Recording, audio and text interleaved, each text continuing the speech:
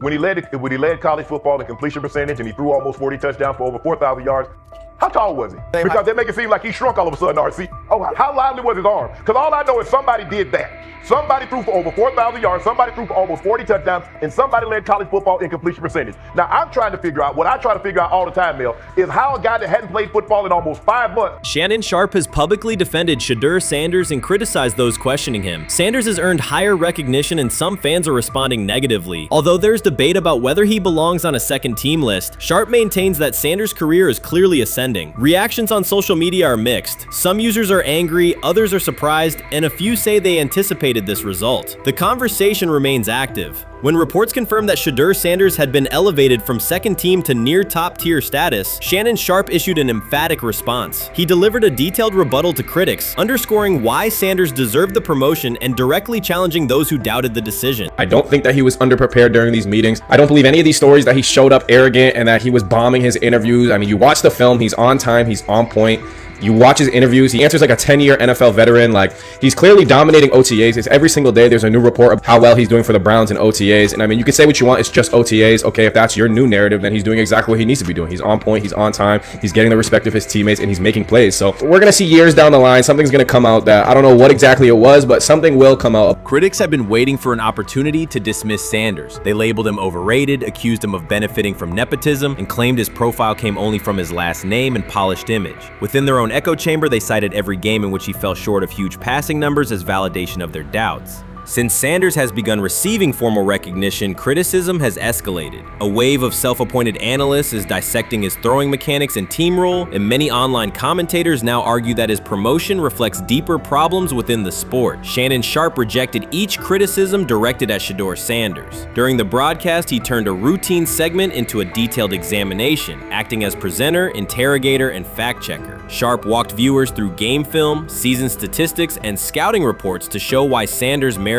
his recent promotion. Whenever a panelist claimed Sanders had not earned the role, Sharpe countered with completion percentages, efficiency ratings under pressure, and documented late-game drives that changed outcomes. He stressed that the backlash was driven less by on-field evidence and more by reluctance to revise earlier opinions. Sharpe argued that critics were upset not because Sanders lacked qualifications, but because his progress contradicted their initial narrative. By the end of the discussion, Sharpe had moved past simple defense and reframed Sanders as a clear example of performance-based advancement, demonstrating that early predictions can be wrong. Never heard of no Dylan Gabriel or Tyler Shock. What the hell is that? So how is Shedeur Sanders going behind them? I'll tell you how. Collusion. 4 different times they passed on him. How the hell does that happen? 4 rounds. It doesn't happen to a quarterback. We've never seen anything like this before.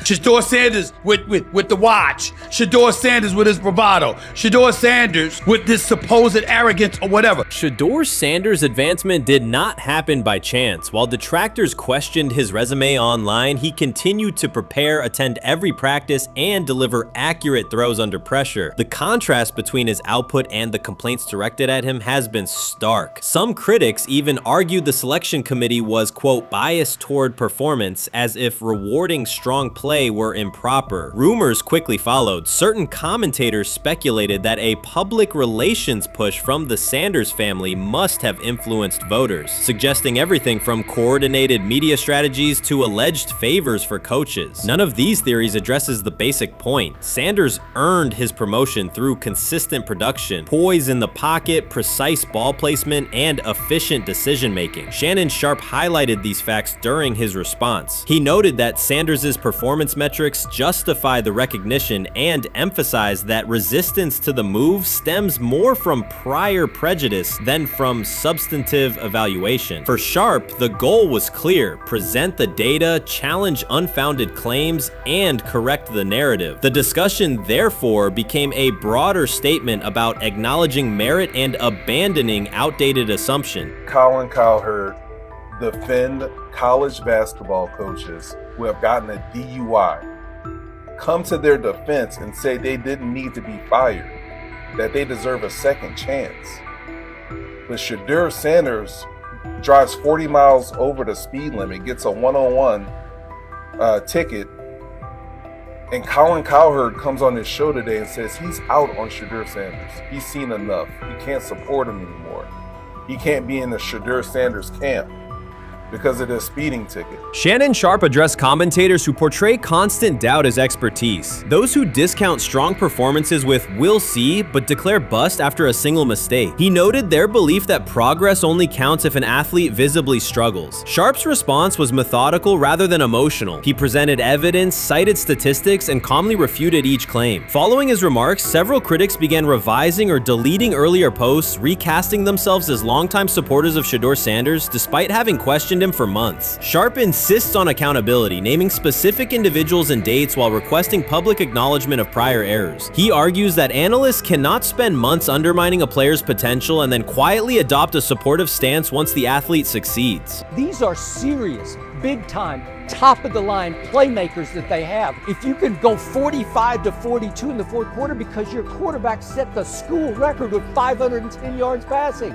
He was flawless. Shedeur is big time. I didn't know for sure, will it translate to the next level of competition? Yes, it might translate to the next level of competition as he can play. Critics who once claimed Shedeur Sanders was unprepared now hesitate to acknowledge their mistake. They resist retracting earlier comments and struggle to accept that an athlete can succeed without their approval. Sanders continues to share practice clips and game highlights without engaging the debate, while Shannon Sharpe documents every dismissive remark, ready to revisit them on national television. The disapproval did not slow Sanders. It underscored his progress and exposed the gap between perception and performance. As a result, the conversation has shifted. Analysts who doubted him now describe him as undervalued and publish detailed evaluations of his mechanics and game management, suggesting long-standing familiarity with his career. In a matter of weeks, critics have recast themselves as advocates, demonstrating how quickly opinion can change when consistent results leave little room for doubt. Shannon Sharpe signaled that his commentary is not over. He considers Sanders' advancement a positive outcome for every athlete who has been overlooked or criticized for having confidence. Sharpe stressed that analysts do not have the authority to determine who deserves recognition based on personal preference. The reaction to Sanders' promotion, he argued, revealed how quickly opinions can shift once results are undeniable. Sharpe pointed out that many vocal critics became quiet when confronted with objective performance data. This exchange, Sharpe insisted, reached beyond defending a single quarterback. It challenged the practice of dismissing achievements that do not fit familiar narratives. He reminded viewers that success does not require external approval and that consistent talent will surface despite online commentary intended to minimize it. While critics reconsider their positions, Sharpe remains steady, assigning credit to the athlete and allowing the scoreboard to confirm the argument. In his view, the statistics speak clearly enough. Sharpe also emphasized that the intensity of the backlash must be placed in context. College football is a volatile environment where unexpected outcomes are common. Therefore, declaring failure based on incomplete evidence only weakens the credibility of sports analysis. The discussion underscored the need for measured evaluation rather than reactive judgment. Dak Jackson and him and everybody else that we talked to have said that Shedeur looks good. He looks really good. Yes. He looks better.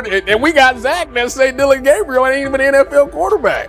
It's true. So how is it that this man can't get a rep with the ones, but that non-NFL quarterback can? We all what agree with sense that. does that make? Some observers now claim that recognizing Shedeur Sanders' strong performance undermines football's traditional standards, even though they previously argued he received coverage only because of his father. Faced with Sanders' current statistics, those critics are searching for explanations that fit their earlier narrative. The data have always been clear. Their earlier objections ignored that fact. Shannon Sharpe is openly highlighting this reversal, comparing past negative remarks with Sanders' recent 400-yard games to demonstrate the gap between criticism and evidence. Sharpe did not force these commentators to backtrack. He simply displayed their earlier claims alongside Sanders' results, allowing the contrast to speak for itself. Shedeur is lighting it up in practice every day. You're not even a half bit curious to see what he could do with the ones. That makes no sense. And then on top of all of that, you got players going on podcasts and talking to people in the media saying this guy is really good. Like, this guy is legit. So even your peers respect you enough. How is it that the coaches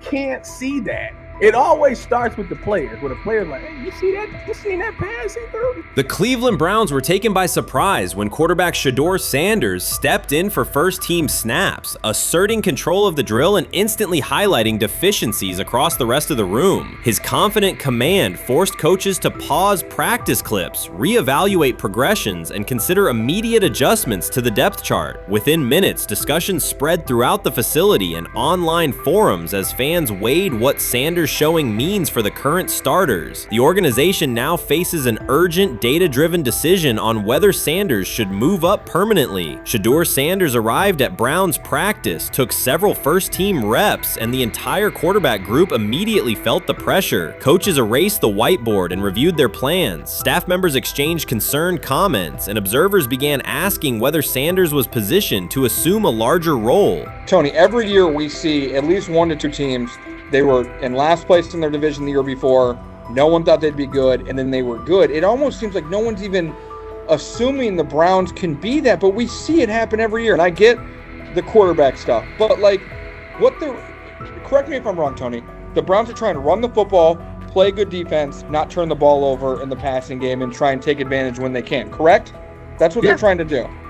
That was the 2020 offense. The Cleveland Browns are still searching for stability at quarterback. Deshaun Watson is yet to deliver consistent starter-level production that justifies his contract, and each game renews doubts about whether he can regain peak form. Behind him, rookie Dorian Thompson-Robinson shows promise but remains inexperienced and unpolished. Coaches are evaluating alternatives each week and may need to adjust the depth chart if progress stalls. The roster around them is built to contend now, so ongoing uncertainty under center is increasingly costly. As we talk about, we do believe in best player available. We do believe in positional value, and we didn't necessarily expect him to be available in the in the 5th round, and so we love adding competition to every position room and adding him to compete with the guys that are already in there. We felt like that was the appropriate thing to do. The Browns quarterback group is unsettled. Deshaun Watson has yet to provide the reliable, high-level play his contract demands, while rookie Dorian Thompson-Robinson remains promising but unpolished. Depth behind them consists mostly of veterans whose experience lies more in holding clipboards than leading offenses. The coaching staff needs an immediate answer, not a 3-year development project. Shedeur Sanders enters as that potential solution. At Colorado, he passed for more than 3,200 yards despite working behind one of college football's poorest offensive lines, consistently demonstrating poise, quick processing, and accurate ball placement under heavy pressure. Film shows steady reads and disciplined footwork, traits that offset concerns that his profile is built on family name or media attention. Cleveland viewed the signing as a low-risk, high-reward move. Early in camp, Sanders received a handful of first-team snaps intended merely as an evaluation. Those plays quickly changed practice tempo. The ball came out on time, receivers hit their landmarks, and the defense struggled to adjust. Coaches immediately expanded the review using phrases such as evaluate every option, an indication that the depth chart was no longer fixed. Watson sensed the scrutiny. Thompson-Robinson increased his urgency. Within minutes, competition in the quarterback room intensified. Sanders repeated that performance in subsequent sessions. His footwork remained clean, progression sharp, and throws firm and precise. Each strong rep forced staff to reassess the plan to keep him buried on the developmental track. The broader context magnifies the pressure. Cleveland's roster is built to contend now. Fans are weary of quarterback turnover, and the front office cannot afford another costly misstep under center. Around the league, rookie passers rarely wait multiple seasons anymore. Joe Burrow, Justin Herbert, CJ Stroud, and even late pick Brock Purdy established that precedent. If Watson opens the regular season and struggles, public calls for Sanders will grow, especially if the rookie flashes in preseason. Alternatively, another team could attempt to acquire him if Cleveland hesitates to elevate his role. Each scenario underscores the same reality. Sanders' emergence has turned a routine camp evaluation into a critical decision point for the franchise.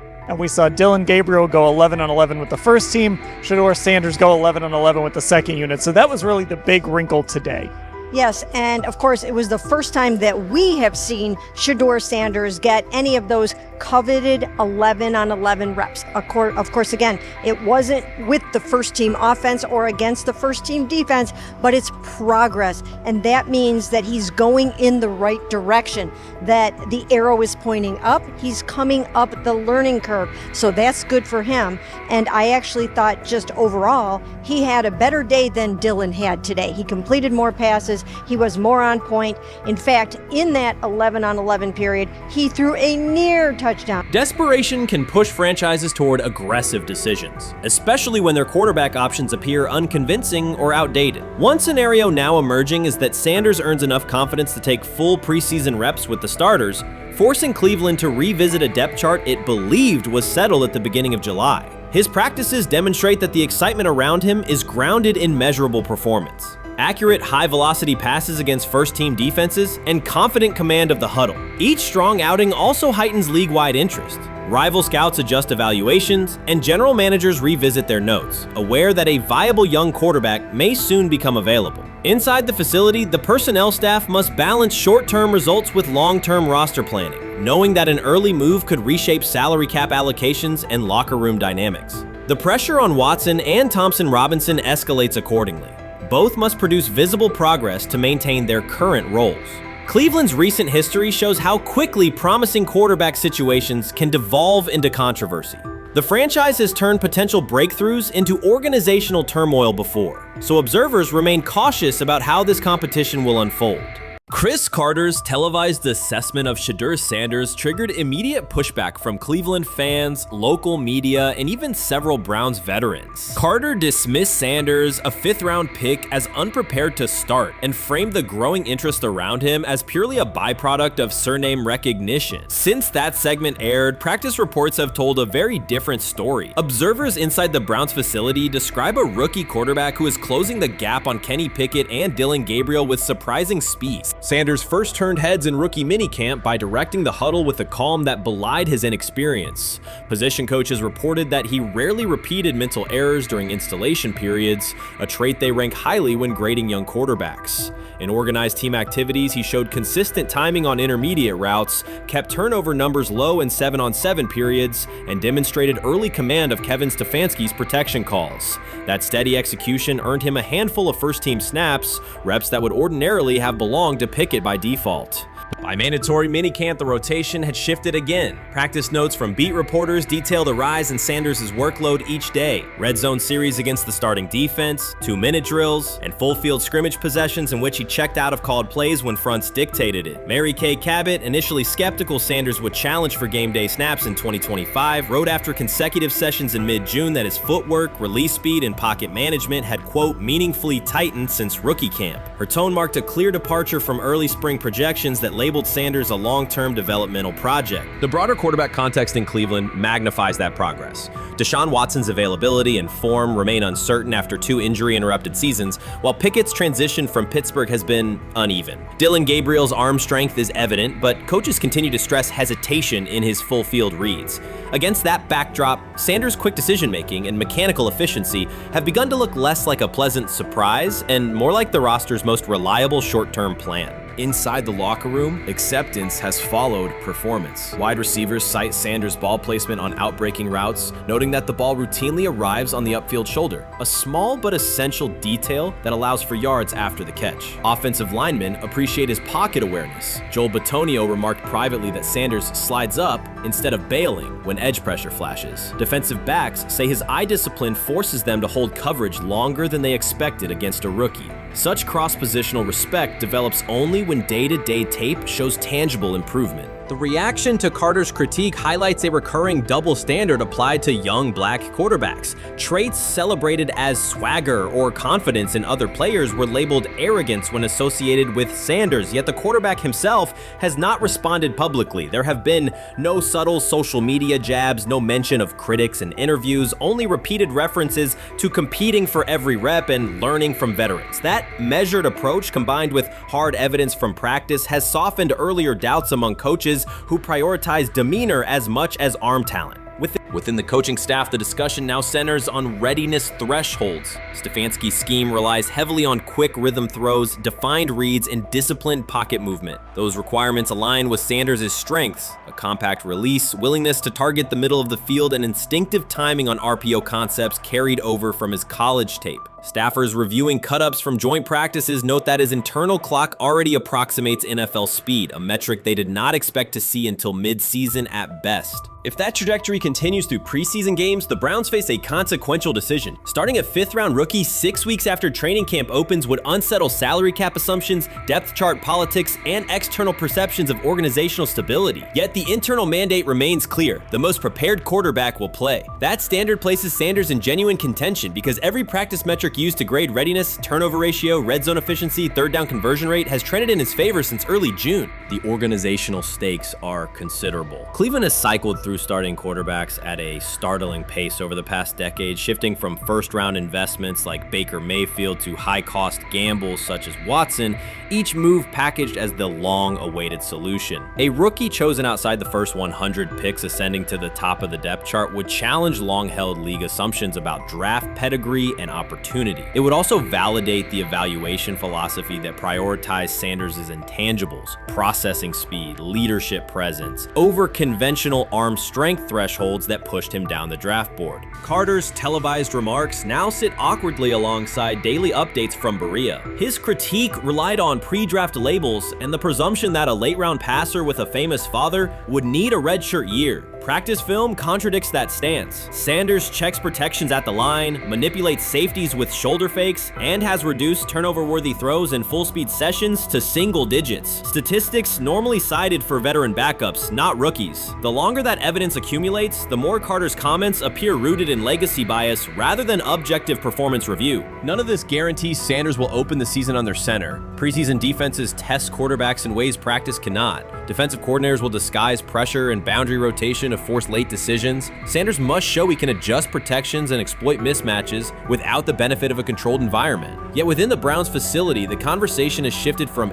if he will be ready to when. Quiet confidence from Amari Cooper and other veterans suggests they believe Sanders can steady an offense searching for consistency more than highlight reel heroics. Sanders' rise also affects long-term roster calculus. If he earns the job and performs competently, Cleveland gains starter-level production on a cost-controlled rookie contract, freeing cap space allocated to other positions. That scenario could reshape roster-building strategy in a division featuring Joe Burrow and Lamar Jackson, quarterbacks whose contracts consume significant percentages of team payroll. A capable, low-cost starter would allow the Browns to reinforce their offensive line and secondary while retaining core veterans, a competitive advantage few teams enjoy. For now, the focal point remains daily improvement. Sanders continues to arrive before sunrise, reviewing the previous day's install with the quarterback coach, then staying after practice to throw on-air routes with receivers low on the depth chart. Coaches track those habits closely because consistent routine underpins performance when adversity strikes in live games. Each incremental gain strengthens the argument that readiness depends on preparation and aptitude, not draft slot. Carter's segment reminded the league how quickly assessments can become outdated when they lean on perception over evidence. Sanders' steady climb up the depth chart underscores the counterpoint. In the NFL, tape is the final arbiter. Should Sanders translate practice efficiency to preseason success, the Browns may discover that the solution to their long-standing quarterback riddle arrived quietly in the 5th round, carrying little more than confidence and a willingness to work. Shedeur Sanders did not treat day 4 of Browns training camp as anything other than work. He completed 8 of 11 passes with 3 touchdowns, operating with control and accuracy throughout the red zone periods. The throws were varied, a well-placed ball to rookie Luke Floria that led him across the goal line in stride, a firm throw to Cade McDonald over middle after a quick read, and a tight window completion to Deontay Johnson at the back of the end zone with 2 defenders closing. The sequence showed timing, poise, and placement under pressure. While national attention centered on Joe Flacco's underneath completions and Kenny Pickett's option and rollout periods, Sanders produced scoring plays on schedule. The performance was not the product of broken coverages or end-of-period reps. It came within structured work with defenders in position and the offense executing standard progressions. The accuracy rate, 8 completions on 11 attempts, reflected consistent mechanics and decisions. The operation was steady from huddle to snap to finish. Despite that session, the distribution of first-team snaps did not change. Camp logs indicated that Pickett and Dillon Gabriel continued rotating with the starters, while Sanders remained primarily with the second unit. With the first preseason game approaching, that choice drew more attention from observers who expected productive days to be followed by expanded opportunities. The question surfaced again: what additional evidence is required to evaluate Sanders with the top group? The 3 touchdowns illustrated different aspects of his profile. On the throw to Floria, Sanders used a measured trajectory to lead the receiver away from contact and into the end zone. On the ball to Johnson, he identified leverage, held the safety with his shoulders, and delivered to a precise spot at the back line. On the throw to McDonald, he eliminated the first read, reset, and drove the ball into the window before the hook defender could squeeze it. Each score reflected a particular tool: anticipation, manipulation, and velocity within standard timing. Comparisons to the other quarterbacks were straightforward. Pickett produced 2 touchdowns but placed 1 late ball that exposed a receiver to contact near the goal line. Gabriel accounted for 1 score, with additional gains coming on checkdowns and designed movement. Flacco advanced the ball in short increments without finishing drives during the same period. Sanders converted opportunities into points repeatedly and without turnovers. The rotation, however, remained unchanged. Head coach Kevin Stefanski and the staff continued to allocate first-team work to the same group, describing the process as an open evaluation. In practice, that has meant extended starter reps for Pickett and Gabriel, veteran scripts for Flacco, and second unit periods for Sanders. The disconnect between output and opportunity was notable, particularly given the stated goal of reaching an early decision at quarterback. When asked about the timeline recently, Stefanski said the preference was to decide sooner rather than later, an acknowledgement that the window for assessment is limited as preseason approaches. Speculation about motives is common in such situations. The discussion has included references to front office perspectives and ownership influence. Owner Jimmy Haslam is widely viewed as supportive of drafting Sanders. General manager Andrew Berry is known for prioritizing fit, traits, and process within the roster building model. Stefanski reports to Berry, and the practice plan reflects coaching evaluation within organizational parameters. None of that guarantees any outcome. It does explain why rotations can remain conservative even after strong individual periods. Regardless of internal views, the most useful next step for the evaluation would be a defined set of first-team snaps for Sanders to put comparable tape next to his peers. There was also outside attention on several practice segments from earlier in camp that showed Sanders throwing during lulls to non-receiver personnel, ball attendants, staffers, and assistants, while other quarterbacks were in script with full units. Those clips circulated widely and were interpreted by some as dismissive. Sanders addressed questions about it by narrowing the focus to preparation, explaining that his responsibility is to be ready for the work assigned and that he has adjusted at every level of competition, from HBCU ball to the Power 5 and now the NFL. The response matched his general approach: acknowledge the situation, maintain routine, and continue to execute when the next period begins. The broader draft day and narrative context remains part of the conversation. Sanders' college resume included efficient production and high completion rates across 2 programs, culminating in national recognition such as the Johnny Unitas Golden Arm Award. His selection in the 5th round was driven by varying evaluations of projection, scheme fit, and development timelines. The result is the current environment. He must present his case within limited windows, then wait for access to the next rung of competition. That does not make the process unfair, it makes it exacting. The best answer, for him and for the staff, is additional, comparable reps and clear tape. Fan reaction after day 4 was direct. Social accounts and comment threads filled with assessments that centered on performance rather than reputation. Sanders produced 3 touchdowns, avoided negative plays, and showed command in the red zone. Supporters pointed to that tape and asked for opportunities with the starters to verify whether the same rhythm carries over with the top receivers and linemen. The message was not about headlines. It was about the logic of evaluation in a compressed calendar. From an operational standpoint, Sanders' day reflected consistent fundamentals. His base was disciplined, his eyes matched his feet, and his timing aligned with route depths. On the Johnson score, he used a subtle shoulder turn to hold the safety before resetting and throwing to the back line. On the McDonald throw, the ball was out on the second hitch, arriving before the defenders could converge. On the Floria play, the arc and placement minimized the hit risk and maximized the run-through. Those are portable traits. They translate across units if the timing with receivers is established through reps. The staff's balancing act is real. They must prepare the presumed Week 1 starter with sufficient continuity, while also giving developmental players enough exposure to judge ceiling and floor. That tension is present in every camp. The cleanest path through it is to carve out defined first-team sequences for each competitor and evaluate the tape against comparable defenses and situations: high red zone, low red zone, 3rd and medium, and 2-minute. Sanders' performance on day 4 strengthened the case for such an allocation.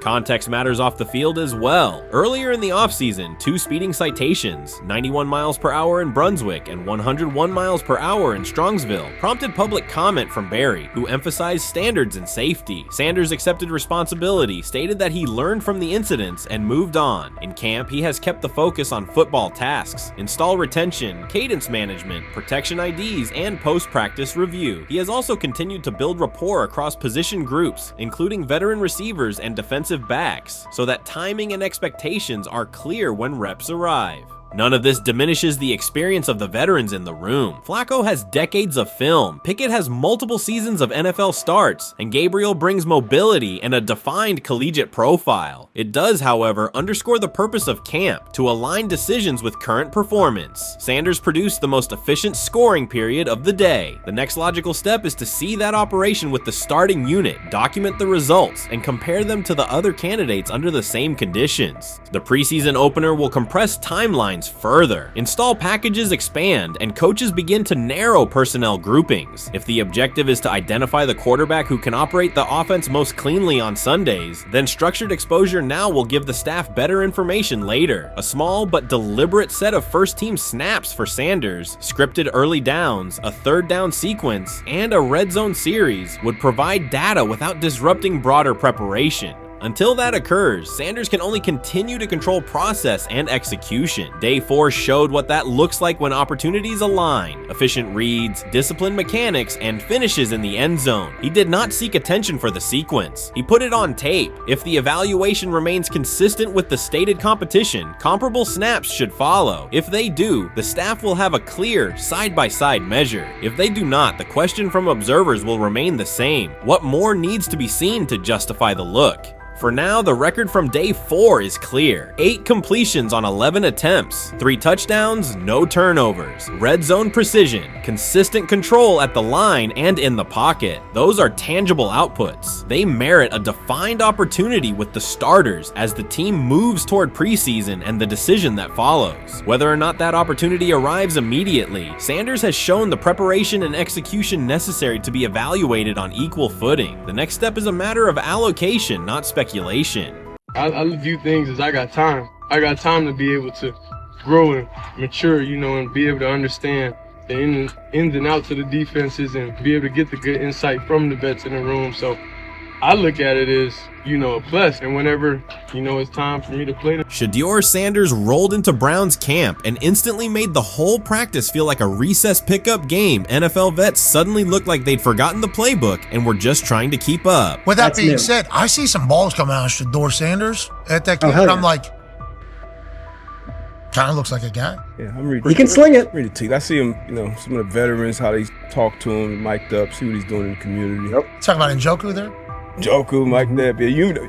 Once you see, different little interactions and things like that, I know he has the talent. We'll see. It'll be a competition that usually brings the best out of guys, especially young guys. So I'm interested to see how that quarterback situation. Right after Shedeur Sanders tightened his cleats and the Browns settled in for what they figured was a routine camp day, the whole vibe tilted sideways. No blazing comet, no UFO touching down at midfield, just a swagger-charged quarterback striding in like he'd crashed the wrong league and thought, yeah, I'll stick around and run this show. The Browns had no clue what storm was rolling in. You'd expect an NFL team to do a quick scout, maybe pull up a highlight reel or two, but nope. They greeted Shedeur with a shrug, only to watch him seize the field on snap 1 and run the whole operation like a seasoned pro. First and foremost, he's been the best quarterback in camp. Now look, Joe Flacco ain't had many opportunities. There was a whole day I saw he didn't throw the ball at all. Here's my theory on the situation. They already know who's starting in the number 2 is. They already know. Joe Flacco and Shedeur Sanders is already locked up. You're missing the boat, people. You're missing the boat. Your boy, Kenny Pickett and Dillon Gabriel, oh, they're fighting. Shedeur didn't merely clock in, he hijacked the session. One moment he's loosening his arm, the next he's roasting veteran QBs like faded names on busted draft boards. Defensive coordinators everywhere had the same gut punch reaction. His pocket poise, straight disrespectful. His timing, psychic, and every pass left his hand like it was laser guided to its mark. While Shedeur Sanders was slicing up routes, the Browns secondary looked less like an NFL backfield and more like a gaggle of dads sprinting through a Saturday fun run. Big on enthusiasm, short on closing speed. Coaches fought the urge to slam the emergency horn. Players traded wide-eyed, "Are we serious?" stares, and someone even double-checked that a hidden camera crew wasn't about to pop out of the tunnel. But nope, this was pure Shedeur, half cold-blooded surgeon, half highlight factory. He wasn't dropping a casual "I'm here," he was crafting a masterclass. From the first rep, the tempo changed. Shedeur Sanders accepted the snap with steady footwork, diagnosed the Browns' single high shell, and delivered a tight window seam route that forced the free safety to recover late. Throughout the period, he manipulated leverage with quick shoulder fakes, moved through full field progressions, and released on time from a balanced base, consistently putting the ball on his receiver's upfield shoulder. Cleveland's coverage struggled on multiple fronts. Safeties hesitated between deep half responsibilities and underneath support, creating voids at 15 to 20 yards. Cornerbacks and off-man were caught in trail position when Sanders used rhythm throws on three-step drops, while those who tried press technique had their inside hand neutralized by his receivers' outside releases. Linebackers widened to match shallow crossers, leaving the middle hook unguarded for pivot routes and option digs. One corner attempted a line of scrimmage jam. Sanders immediately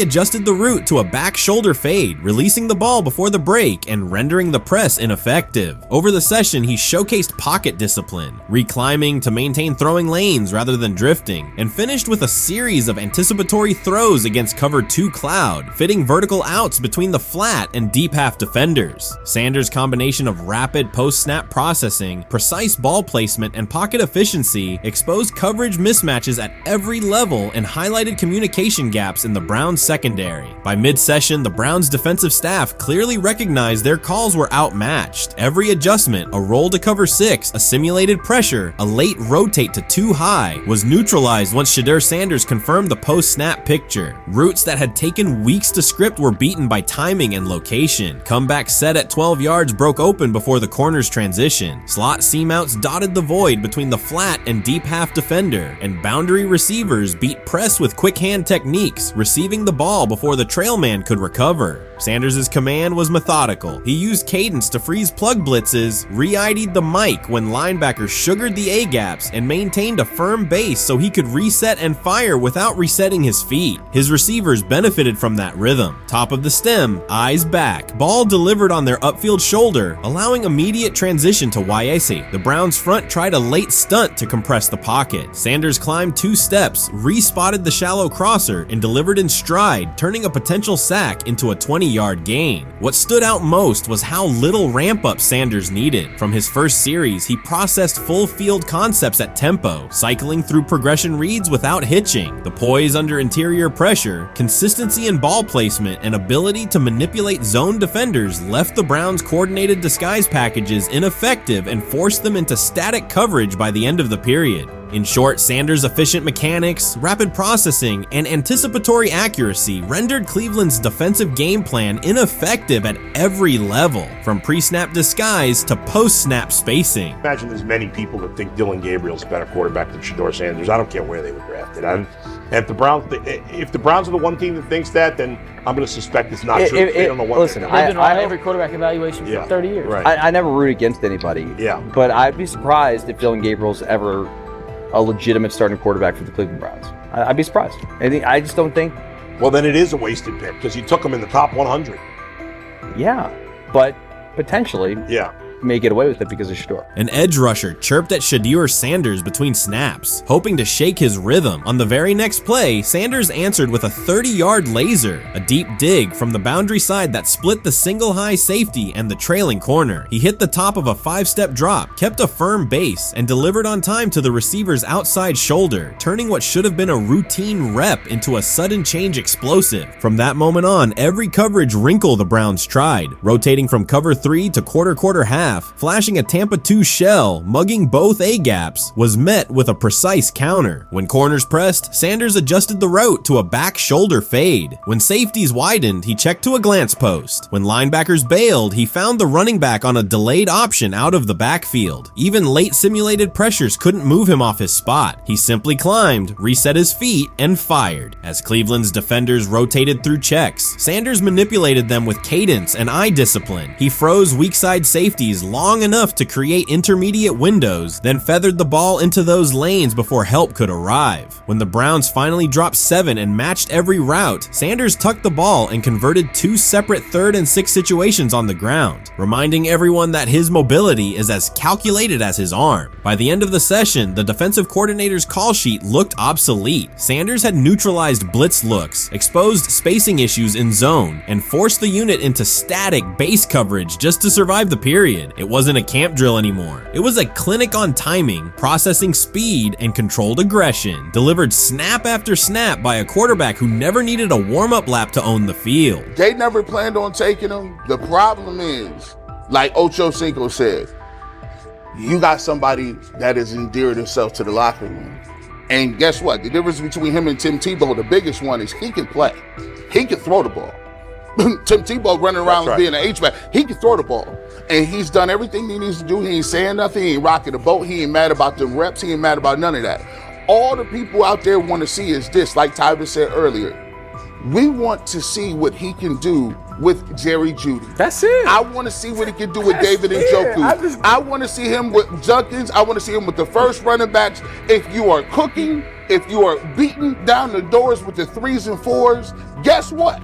You deserve more. From the first team period on, Cleveland's secondary looked a step slow. A deep third safety hesitated on a post-snap rotation, leaving Shedeur Sanders free to climb the pocket and fire a 22-yard out that arrived before the defender could plant and drive. The supporting cast around him, players fighting for roster spots, not Pro Bowl invites, benefited from his command. Sanders used tempo to control the defensive front, altered protections at the line, and located throwing lanes so quickly that one receiver didn't register the catch until he crossed the goal line. As the Browns tried new personnel groups, coverage busts multiplied. Starters slipped out for hamstring stretches while rookies rotated in, only to find the ball arriving on their blind side before they'd completed a midpoint squeeze. On a later 3rd and long, Cleveland finally closed the interior rush lanes, compressing the pocket with 3 defenders. Sanders pivoted through the traffic, stepped into a narrow escape window, and, without resetting his shoulders, whipped a no-look pass to the boundary curl for a fresh set of downs. The throw turned a potential sack into an explosive play and left the coaching staff scrambling for answers. The people who are fascinated by Shedeur for whatever reason, whether it's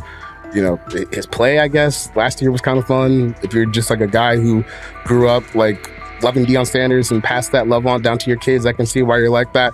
The one thing I will give them is you're looking at this quarterback room. If you're a fan of Shedeur and say, why can't he go beat Dylan Gabriel or Joe Flacco or Kenny Pickett?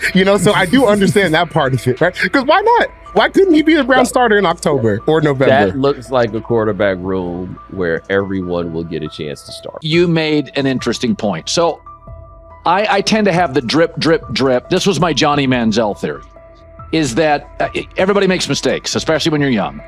But if I see 2, 3, 4, 5, then you've got a plumbing issue. It's not just you didn't close the faucet. So there's about 6 pieces of video in college where Shedeur was a little bit of a brat. Whatever.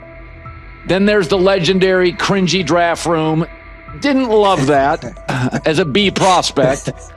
Then there's back-to-back speeding tickets, both over 90, and a missed arraignment. The NFL is navigating unexpected headlines after a former Browns coach publicly defended Shedeur Sanders in response to reports of multiple speeding tickets. The coach's statement has sparked extensive online debate. Supporters welcome the show of loyalty, while critics question the motive. Sanders now finds himself at the center of an unforeseen controversy, and observers want to know why a Cleveland coach is standing so firmly in his corner. The story is developing rapidly and continues to draw intense attention. When it came out that he got a speeding ticket, I said it's not really that big a deal.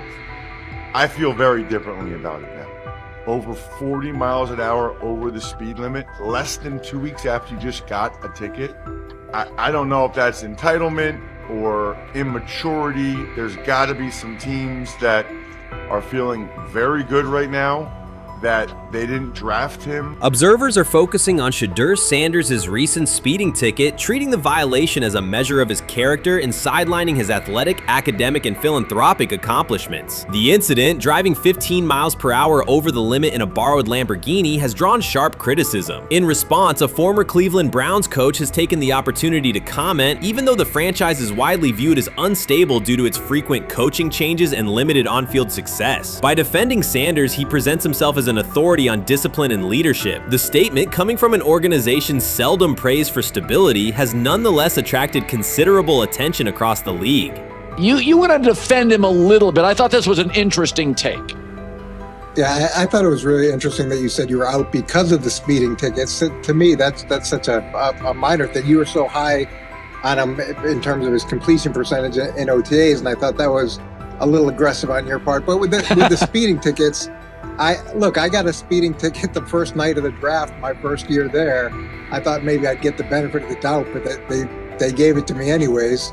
As soon as the former Browns coach defended Shedeur Sanders, social media erupted with commentary, resembling the volume of draft night coverage. Posts and opinions appeared within minutes, and criticism escalated rapidly. Detractors amplified Sanders' minor speeding violation, while supporters argued that such reactions were disproportionate to a single traffic citation. Shedeur Sanders received 2 speeding citations, and the minor traffic issue quickly drew national attention. Before considering the former Browns coach's response, it is useful to clarify the facts. Sanders, son of Pro Football Hall of Famer Deion Sanders and a current college quarterback, was twice ticketed for exceeding the limit while driving a high-performance vehicle. Commentary on social media escalated rapidly, with critics framing the incident as a significant character concern, even as the league has historically tolerated far more serious legal transgressions. Stepping into the debate, a former Cleveland Browns coach, best known for a tenure filled with losses and contested decisions, issued a strong public defense. He argued that 2 speeding tickets should not define Sanders' reputation or overshadow his on-field talent and community work, urging a balanced assessment of the player's actions. I don't love it from a 5th-round draft pick. I don't love that it happened multiple times,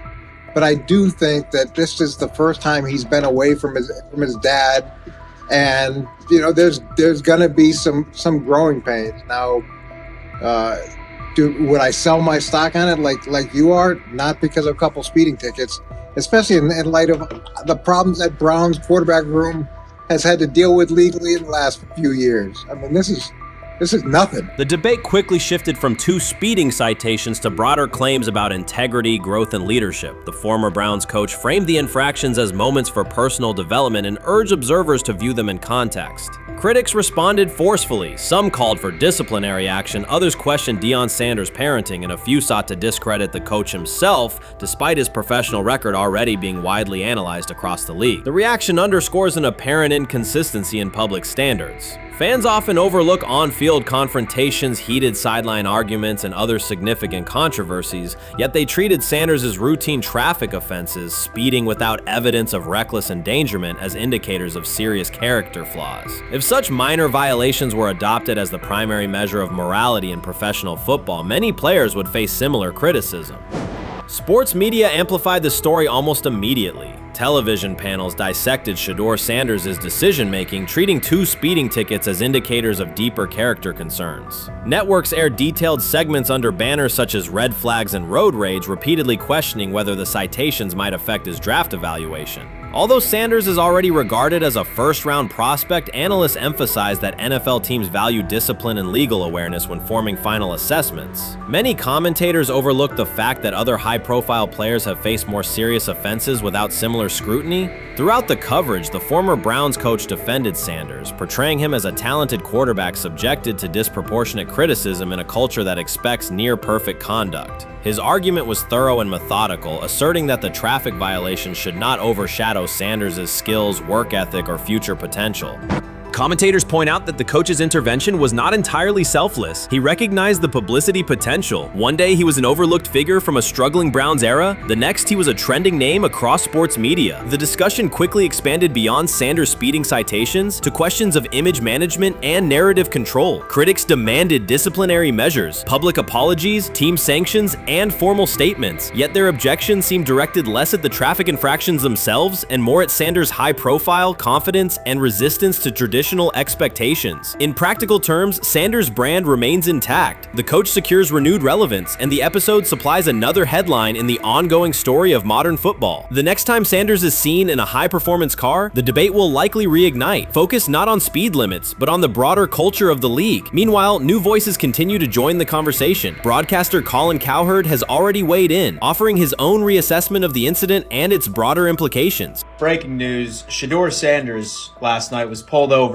going 100 miles per hour. All right, he clocked 101, 41 miles an hour over the speed limit in Cleveland.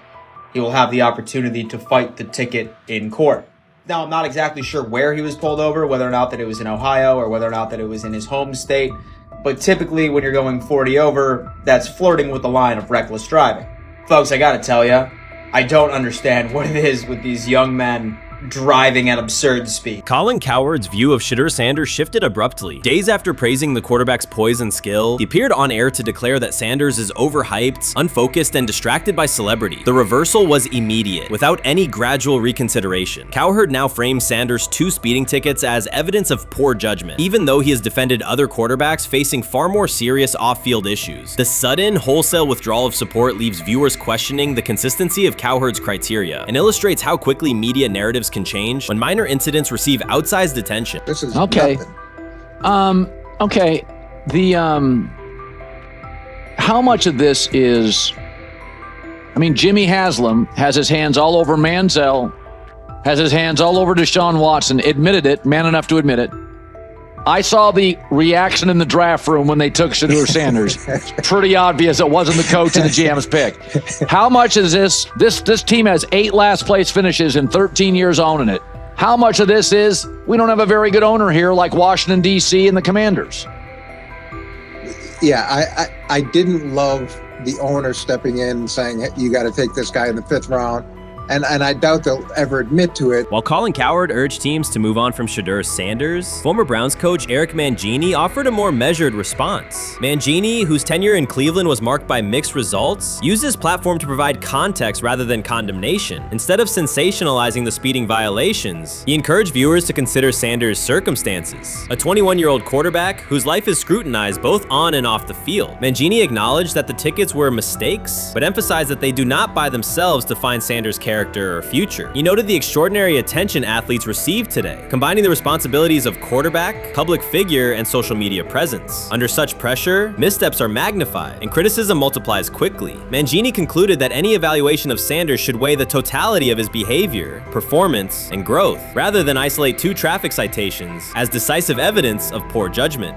Many observers declared Deion Sanders was finished. They argued that his public style attracted unnecessary attention, that his health had deteriorated too far, and that his coaching career was approaching an abrupt conclusion. They misread his resolve. When speculation intensified, Sanders did not schedule a press conference or issue a formal statement. Instead, he released a short video recorded at his Texas home, walking alongside recording artist Lil Wayne. The footage established 2 facts. Although Sanders still walks with a limp, he remains active, and he intends to return to the sideline.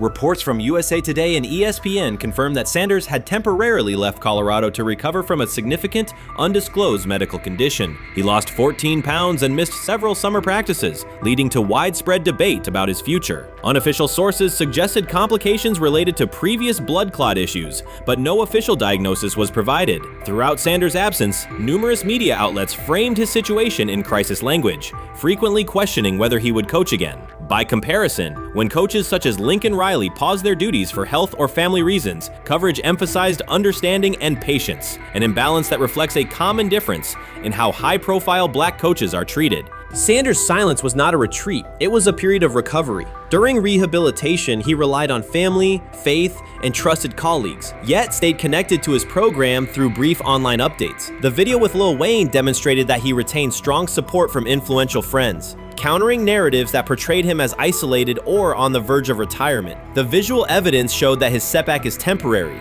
and that he remains determined to lead Colorado into the forthcoming season. Since accepting the Colorado position, Sanders has dramatically elevated the program's national standing. He first drew national attention to Jackson State and the broader HBCU football landscape, then moved to Boulder and transformed a 1-win team into a central storyline in college athletics. His approach, combining hip-hop culture, direct communication, and open expressions of faith, has challenged conventional expectations for head coach behavior. Each step forward has been met with heightened scrutiny. His time at Jackson State was labeled a publicity stunt, his departure for Colorado was framed as abandoning HBCU culture, and his social media presence has been cast as distraction from traditional coaching responsibility. Critics often magnify Sanders' missteps and question his motives, while comparable actions by other coaches receive neutral or sympathetic coverage. Showings of enthusiasm from Brett Favre and disciplinary intensity from Nick Saban are celebrated as competitive passion, yet Sanders' displays of of confidence are frequently labeled arrogance. The discrepancy illustrates deeper biases rather than differences in performance. Sanders' success challenges entrenched expectations of how a college football leader should look, speak, and act, especially a black coach who refuses to downplay his identity.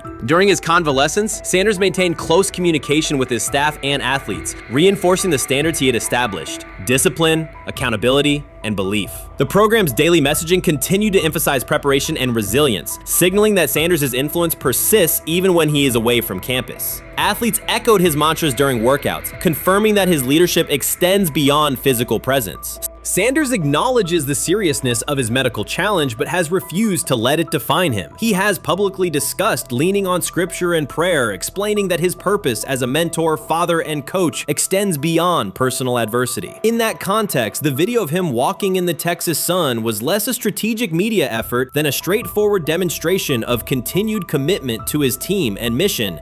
Colorado still requires Sanders' vision. Prior to his arrival, attendance was low, national media attention was minimal, and recruiting momentum had stalled. Sanders' leadership brought renewed energy, authentic identity, and higher standards of accountability. Players who previously lacked representation in college football leadership found a coach who shares, affirms, and elevates their cultural background. Sanders supplements conventional coaching priorities, scheme, fundamentals, and execution with empowerment initiatives that cultivate self-confidence and authenticity. As preseason camp approaches, Sanders intends to resume full involvement, even if medical recovery remains ongoing. His presence is expected to restore on-site leadership, stabilize the locker room, and direct media coverage toward on-field progress. For Sanders, the objective extends beyond compiling wins. It includes completing a cultural transformation that expands how success and leadership are defined in modern college football. Those who predict his decline overlook the underlying traits, faith, perseverance, and purpose that have supported Sanders throughout his career. Doubts, rumors, and disproportionate scrutiny have followed him from playing days into coaching, and he has consistently responded with results. His current health setback is another obstacle, not a conclusion. The broader initiative he leads, centered on authenticity, opportunity, and high standards, continues. When Sanders returns to the sideline, it will mark the next stage of a movement he has guided from Jackson State to Boulder. The recent period of quiet has been strategic rather than passive. Instead of defending himself in daily briefings, Sanders focused on rehabilitation, remote program oversight, and family support. Each brief social media message reinforced a consistent theme: faith and preparation. He has articulated gratitude for medical professionals and has reiterated that his mission at Colorado is unfinished. His public references to scripture have been direct but measured, aligning with his long-standing practice of integrating faith into leadership. By walking through his ranch with Lil Wayne, Sanders signaled continuity. The clip underscored that influential supporters remain engaged, that Sanders' broader network values his vision, and that he remains capable of navigating physical challenges. The visible limp was not evidence of imminent retirement. Rather, it documented the reality of ongoing recovery and the resilience with which he approaches each obstacle. Colorado's athletic administration and football staff continue to affirm Sanders' program direction. Recruitment communications cite his established record in fostering cultural relevance and national exposure. Prospective athletes respond to a coach who presents a transparent path to development, both on and off the field. Current players refer to Sanders' coaching points with clarity, citing specific drills and expectations that remain unchanged during his absence. These indicators demonstrate that the core structures Sanders implemented are functioning, and that his return will be an amplification, not a restart. Criticism regarding Sanders' public persona often conflates media style with coaching substance. Analysis from opponents suggests that social media engagement dilutes football preparation, yet Sanders' staffs emphasize time management and delegation. Defensive and offensive coordinators handle in-game adjustments, while Sanders directs overall culture, recruitment, and leadership. He has articulated that visibility serves to amplify program accomplishments and enhance player opportunities, not replace strategic football planning.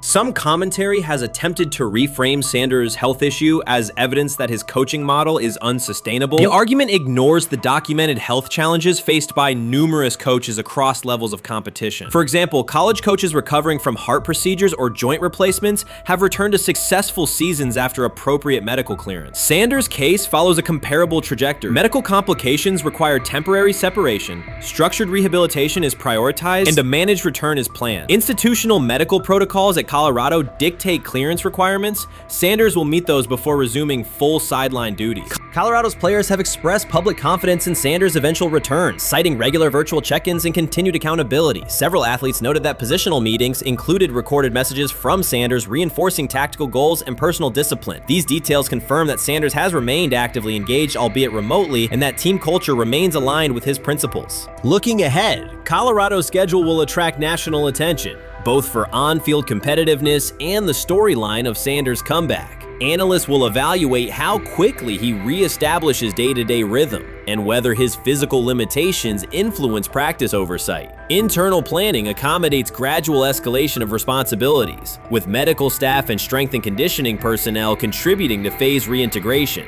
The broader significance of Sanders' return extends beyond Colorado. His visibility continues to challenge prevailing narratives about leadership styles and pathways in college athletics. By prioritizing authenticity, open articulation of faith, and cultural expression, Sanders offers a contrasting template to more conventional models. His eventual recovery and sideline presence will reinforce the argument that diverse leadership profiles can succeed in elite collegiate competition. In summary, rumors of Deion Sanders' coaching demise were premature. Verified reports confirm a substantial but temporary medical setback. He used the time away to focus on health, sustain program engagement, and rely on a support system anchored in family, friends, and faith. His recent public appearance demonstrated active recovery and reaffirmed his intention to resume leadership in Boulder. The forthcoming season will test Colorado on the field, but it will also underscore the durability of Sanders' vision, one that combines competitive ambition with cultural resonance. Observers who continue to question his longevity overlook the resilience and purpose that have defined his career. Sanders' return is imminent, and the movement he leads remains intact. Shedeur Sanders doesn't ask for excuses. He hasn't blamed limited reps, patched together receiver groups, or fourth-string offensive linemen struggling against Cleveland's second-team defense. He shows up, works, and demonstrates why he belongs. On day 3 of Brown's training camp, for the first time since OTAs, he finally received something close to a fair opportunity. He lined up with the second unit during an 11-on-11 period and made the most of it. In 8 plays, he did what he typically does when given a chance. He executed. He went 2 for 2 on a quick series, finishing with a decisive throw to tight end Blake Whiteheart that immediately caught the sideline's attention. There was no hesitation in his drop, no unsettled feet, and no panic. Just firm, accurate timing and clean operation. It raised an obvious question. What has taken so long for the Browns to evaluate him with a functional group?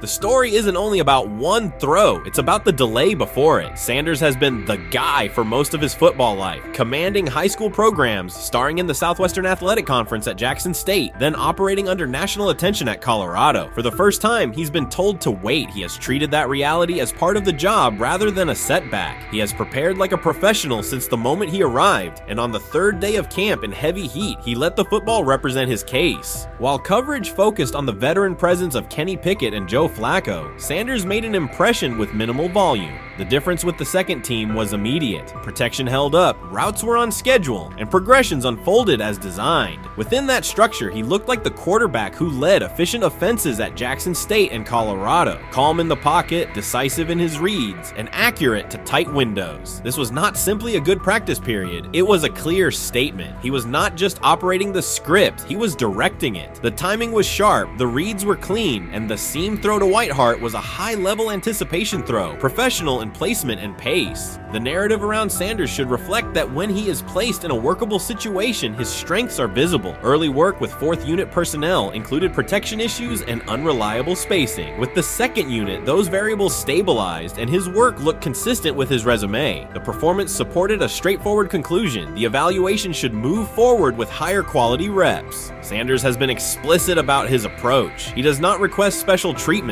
He intends to be prepared so that when an opportunity appears, he can step in without a drop-off. He has said he wants to be ready for anything and not offer explanations after the fact. That mindset fits what teammates and coaches have observed. A quarterback focused on the assignment, not the conversation around it. The conditions were demanding: relentless sun, heavy humidity, and a practice tempo that stressed decision-making. Many players fatigued as the session wore on. Sanders did not show signs of rushing reads or forcing the ball. He managed the pocket, reset his base when necessary, and continued to deliver on time. The path he has taken, HBCU starter in the SWAC, then Power 5 starter under constant attention, has prepared him for compressed evaluation windows. He has been under scrutiny for years. The Heat did not change his process. He moved defenders with his eyes, anticipated breaks, and stepped into throws with balance. The crowd was not chanting his name, and there were no ovations. That was irrelevant to the task. He is focused on the locker room and the staff, and he is building credibility the same way he did at previous stops, by being reliable when the ball is snapped. Quarterbacks coach Bill Musgrave has emphasized ignoring external noise and keeping attention on install, footwork, and timing. Sanders is familiar with the dynamic. He has been followed by cameras and commentary since his early teens. He has experience living with attention and still adhering to routine. Under heat, with a narrow set of snaps and multiple decision points, he stayed composed and effective.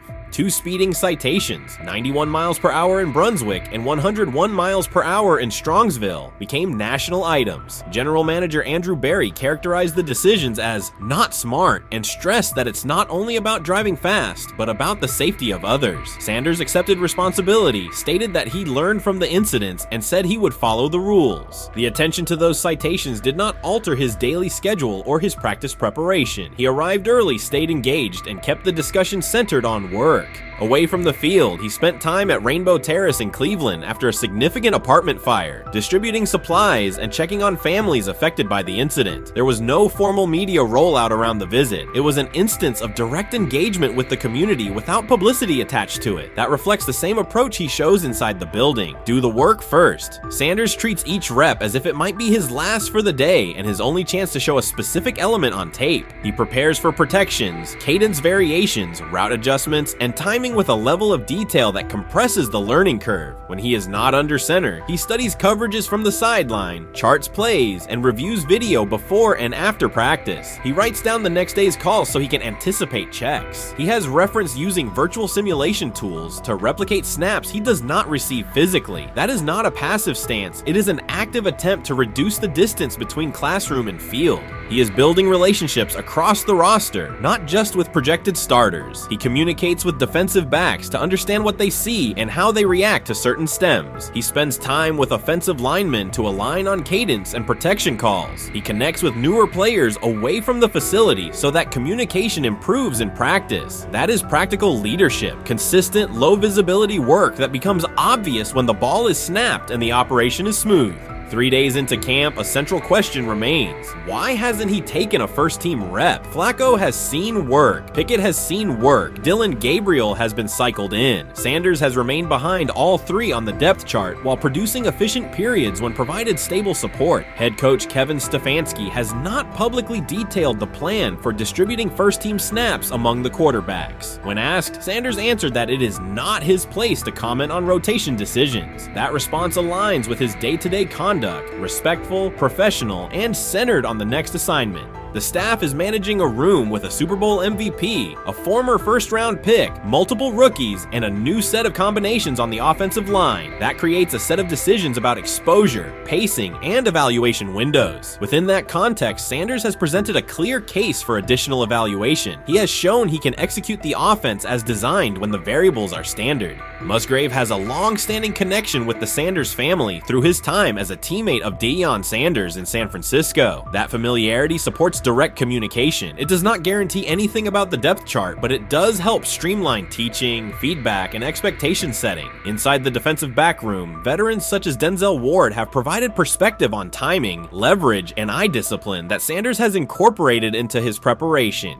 He is operating without the immediate family structure that defined his college environment. Away from his brother Shiloh and his father Deion, he is managing his own housing, nutrition, recovery schedule, and all the smaller tasks that accompany an NFL routine. Those adjustments matter because they influence consistency across a long camp. He has treated those responsibilities as part of the job rather than distractions, which is reflected in a steady daily approach. What he showed on day 3 with the second unit was not a surprise to those who have tracked his prior work. It was a continuation of a profile: efficient sequencing, clear timing, and consistent ball placement when protections and routes hold up.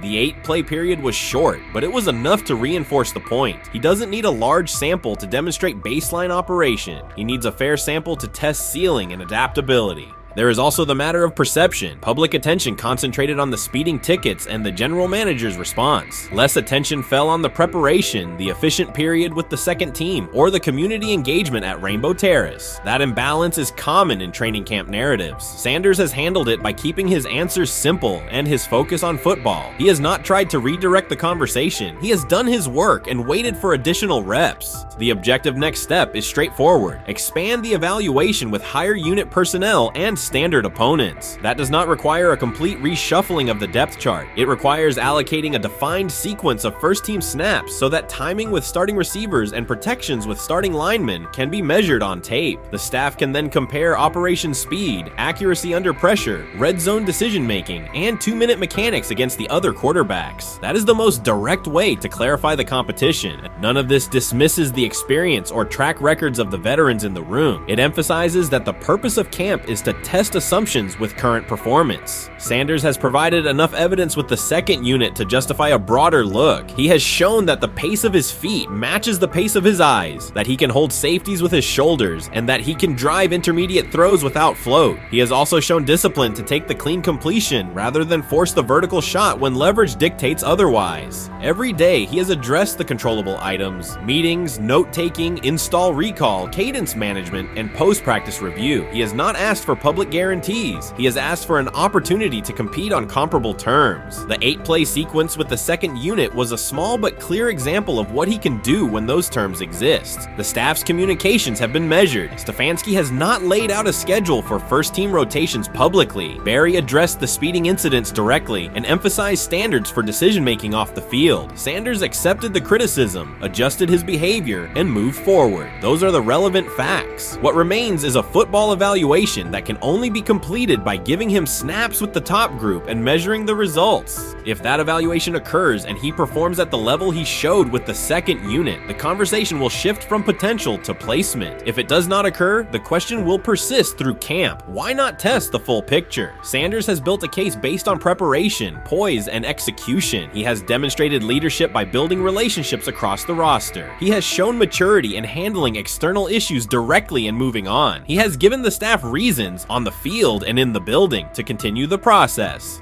3 days into camp, he has answered everything within his control. He has shown growth, discipline, and consistent operation. He turned early fourth-team disarray into learning, then executed cleanly when moved to the second unit. He kept the discussion on football when outside topics threatened to dominate. He has not tried to win a press conference. He has tried to win every rep. If he continues to stack days like this, the next step is logical. Evaluate him with the starters, document the results, and let the tape determine the depth chart. Until then, he will continue to prepare, continue to compete, and continue to present the same message through his play. The 2025 NFL Draft was expected to be Shedeur Sanders' moment. Many projected him as a top 10 talent and a headline quarterback in one of the most discussed college football storylines in years. Instead of walking across the stage on the first night, he waited through 3 days without a call. There was no celebration, only silence. When the phone finally rang at pick no. 144 in the 5th round, it was the Cleveland Browns. With that selection, the financial outlook changed dramatically. The Sanders family believes this was not a typical draft slide, but the result of coordinated action. They are pursuing a $100 million lawsuit alleging collusion across parts of the league.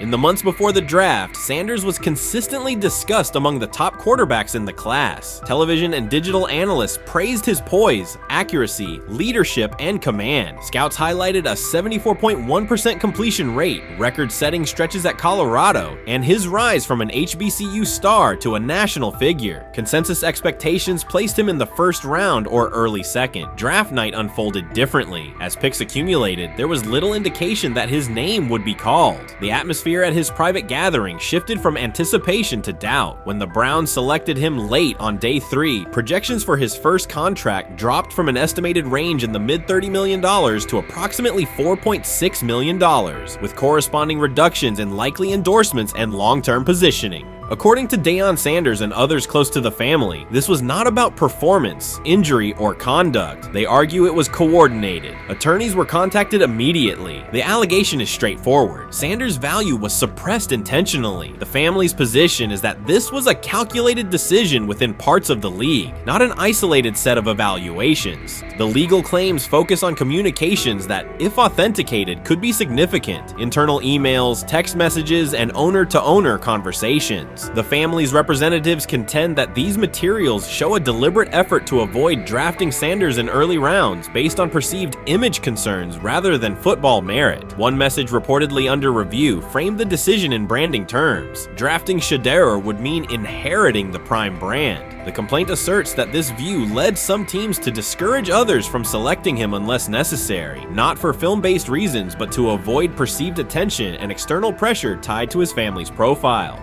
A related thread involves speculation about team fit and willingness to play for certain franchises. Past public comments by Deion Sanders were interpreted by some as signals of an Eli Manning scenario. The family's view is that these were strategic statements, not ultimatums. They argue that rather than engage in discussion, teams chose a passive approach, no direct rebuttal, reduced contact, and a collective reluctance to invest a premium pick. If phone records and written communications corroborate coordination, these items could become central exhibits. Media tone shifted as the draft neared. Coverage that had emphasized production and leadership began highlighting intangibles, interviews, and perceived coachability. Anonymous sourcing appeared in multiple outlets, with claims that Sanders skipped combine drills out of arrogance, bristled at film critique, or told one club, "Maybe I'm not the guy for you," after a tense session. A widely cited line, "Nobody wants a celebrity backup quarterback," was voiced by Colin Cowherd and circulated as shorthand for risk. The Sanders legal position is that these narratives did not arise organically, but reflected a coordinated leak pattern that undermined his market value. The family's contention is that this was primarily about control and compliance rather than football ability. They point out that Sanders did not fail a drug test, was not suspended, and did not produce poor athletic testing. His college resume included elite stretches and significant program elevation at 2 stops. The legal claim asserts that the league's power structure resisted a high-profile player aligned with a high-profile parent coach and an independent media presence. The allegation is that teams sought to avoid the perceived complexity that would come with selecting him early. The financial impact is a core component of the damages claim. Had Sanders been selected late first or early second round, projected 4-year compensation would likely have fallen between $30 to $35 million,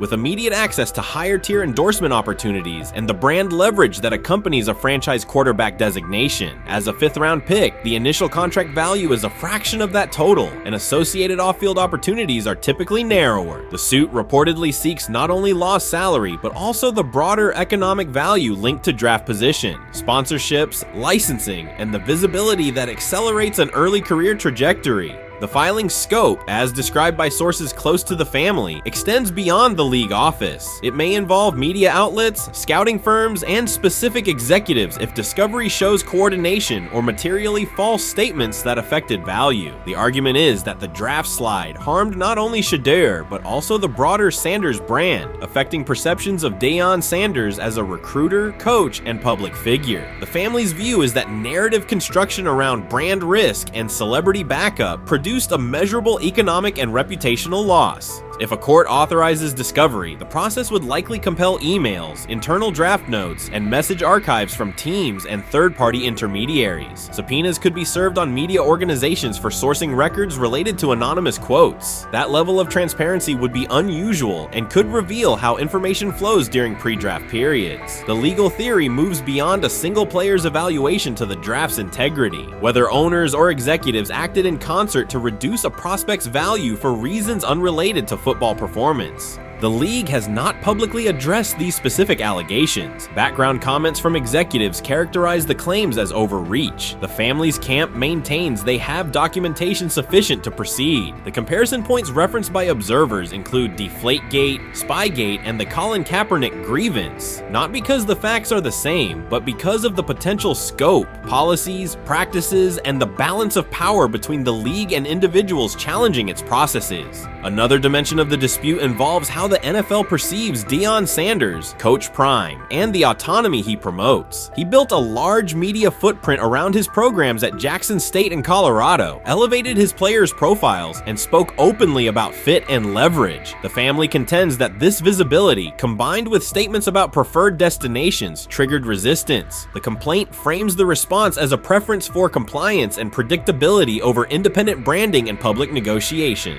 The suit also addresses the pre-draft decisions that critics point to, skipping the Senior Bowl, declining full workouts at the NFL Scouting Combine, and candid interviews about team fits. The family characterizes these as strategic choices commonly made by top prospects, not evidence of entitlement. Their view is that similar decisions by other players did not produce the same narrative because those players fit more comfortably within league expectations. The risk calculus is clear. Bringing a suit of this magnitude invites professional consequences. The family acknowledges that some within the league may react negatively. Their position is that the principle at stake, transparent and fair valuation, warrants the risk. The message they intend to send is that manufactured narratives and coordinated devaluation should face scrutiny, particularly when they affect earnings, opportunity, and reputation. If the case advances, several outcomes are possible. The court could find insufficient evidence of coordination, limiting the scope to individual judgments protected as opinion. It could also find enough to proceed to broader discovery, which would have implications beyond one player, including potential changes to how teams document evaluations and how media handle anonymous sourcing close to the draft. Agents might push for reforms, including clearer guardrails around leaks and standardized prospect communication records. For now, Sanders is working within the Browns structure. He has avoided public escalation beyond confirming focus on preparation and development. The lawsuit is a separate track managed by counsel. This dual approach, professional routine on the field and legal action off it, reflects the family's strategy. They intend to contest the process they believe harmed him while meeting club expectations day to day.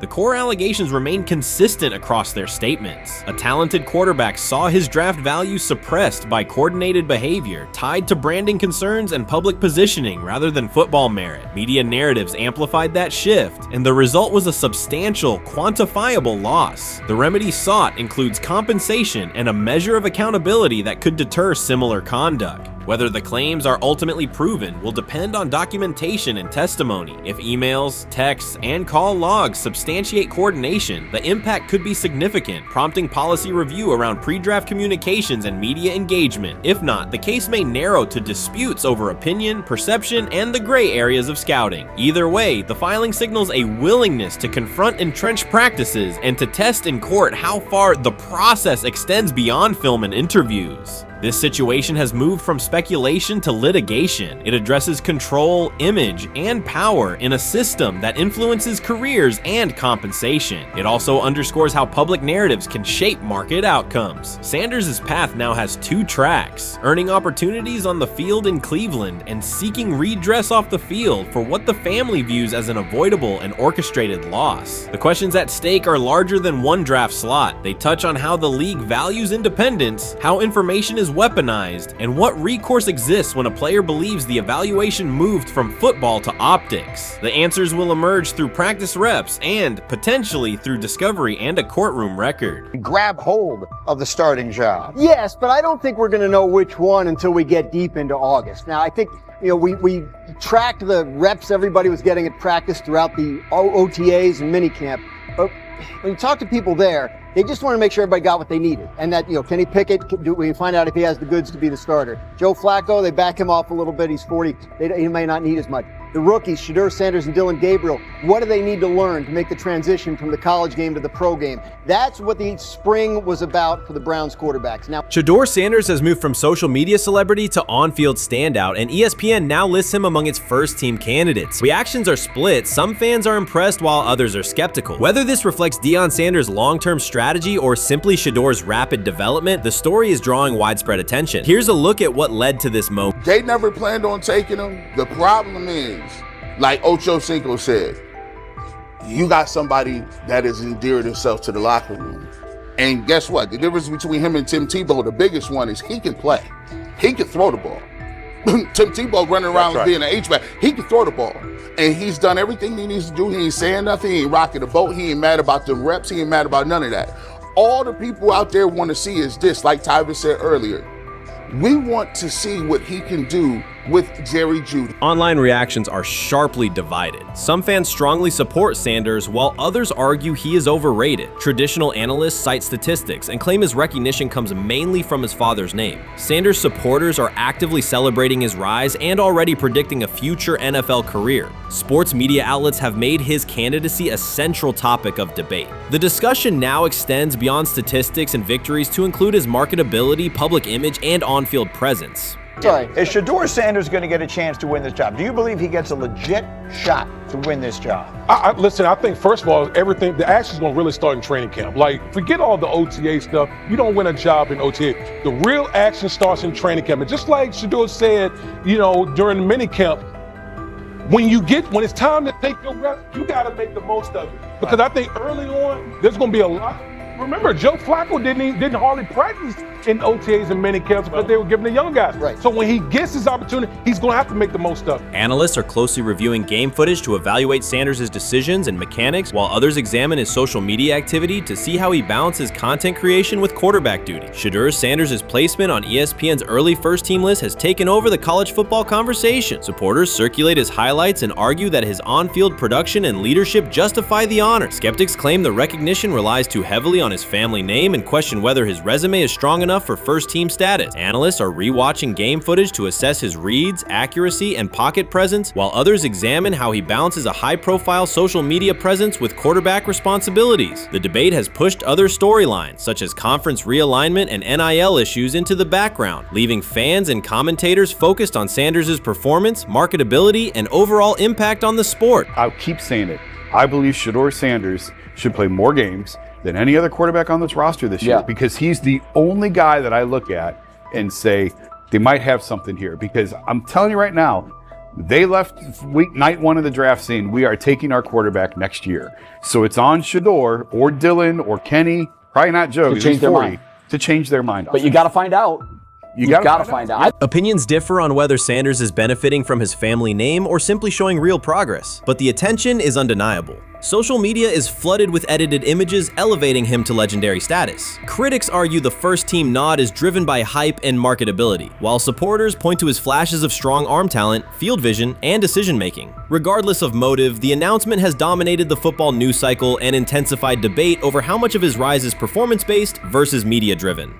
Highlight reels rarely show Sanders' turnovers, late-game mistakes, or inconsistent stretches. Being named to a first-team watch list suggests sustained dominance, something Sanders has displayed only in flashes. His selection appears driven as much by brand recognition and media appeal as by performance. ESPN's decision has intensified debate. Data-driven critics post statistics that question his resume, while passionate supporters predict awards and future NFL success. Commentators recall a time when first-team consideration required years of proven excellence. Yet many fans already see the announcement as confirmation that Sanders is on track for major college football honors. Shedeur Sanders has earned first-team reps when training camp commences later in July. I'm not saying like he's the first guy up when you do 11 on 11s day 1, 2, 3, 4, 5 at training camp. I'm not necessarily saying that, but he's the one quarterback that we didn't get a chance to see take reps with the ones. But I think Shedeur has a chance to make this conversation interesting if he gets those reps with the ones and he has the same success that he did with the 2s, the 3s, and the 4s. I have confidence he can show you something, but I got to see it. We all got to see it before we can actually judge that. Some believe Deion Sanders is already preparing for an award ceremony, while others are furious, threatening to protest ESPN's credibility over Shedeur's first-team mention. Critics argue that honoring Sanders without a full season of elite play undermines college football standards. Supporters insist his performance and profile justify the recognition. The debate reflects a broader clash between traditional merit-based evaluation and modern brand-driven visibility. In today's landscape, first-team consideration is no longer only about statistics. It also involves marketability and audience engagement. Whether welcomed or rejected, Sanders commands attention and embodies the sport's shift toward both performance and personal brand. How you feeling? I'm getting there. You see what I got on, right? That's what I was asking how you help for. Yeah, I'm getting there. See? Brian, what they had to do? I had blood clots. Okay. And they amputated, But I work with it. Man. Yeah, I'm amputated. So I get that work done a couple times a day. keep the blood circulating, blood flowing, but it's a new normal. And the best thing about here, we have a whole medical team on the second floor. Right. We have a whole medical floor, which is great. Deion Sanders is shaken, this time not by a hit on the field. In a sudden turn, Ryan Clark has uncovered a serious plot affecting Shedeur Sanders' NFL draft status, and the disclosure is reverberating across the sports community. What once looked like a simple scheduling delay may actually be a calculated effort to undermine Deion's son. The facts suggest intentional sabotage, a breach of trust, and repercussions that could be far-reaching. This is no routine football headline. It is personal, and Coach Prime did not see it coming. The sports world loves to celebrate underdogs, yet it often takes even greater pleasure in tearing down rising stars. Deion Sanders is witnessing that cycle now, not from the sidelines as Coach Prime, but as a father. The lights in Boulder remain bright, the cameras keep rolling, and Sanders still wears his gold watches, sunglasses, and natural swagger. Still, behind that familiar smile is a man carrying deep pain as criticism aimed at his son mounts daily. How much of that is opening press conference saying, okay, we are family, saying that he was sent to do certain things? Do you feel like people got attached to that, or it just was the fact that prime time is at Jackson State? It's prime time. If my son plays cornerback, I want him to be around, in my opinion, the best cornerback ever to touch the field. That's right. If my son played DN, I'd have to talk to you and tell me who's coaching the DNs. That's but right. I was sending my son to play for prime. His pain does not come from critics or losses, but from watching his son, Shedeur Sanders, get pulled into a system where politics outweigh performance. By every metric, arm strength, accuracy, field vision, Shedeur belonged in the top 3 of any NFL mock draft. Defensive coordinators who tried to unsettle him know he never flinches. He owns the unteachable leadership trait that turns strong prospects into franchise cornerstones. Then the narrative shifted. Draft boards that once placed him 2nd or 3rd slid him to 5th, then 12th, and eventually out of the 1st round on some lists. Analysts grew cautious, executives became vague, the statistics stayed strong, and the game film still proved his ability, yet the buzz evaporated.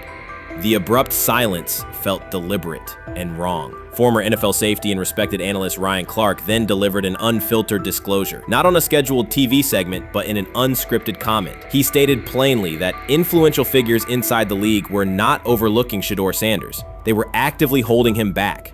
The motive, Clark said, was political, and the real target was Deion Sanders, Hall of Famer, architect of Jackson State's resurgence, and the coach who turned a 1-11 Colorado program into a national headline. Deion's refusal to conform, wearing sunglasses indoors, dancing with players, speaking candidly, challenged an establishment that favors predictable images and rehearsed statements. According to Clark, that resistance to tradition was not forgotten.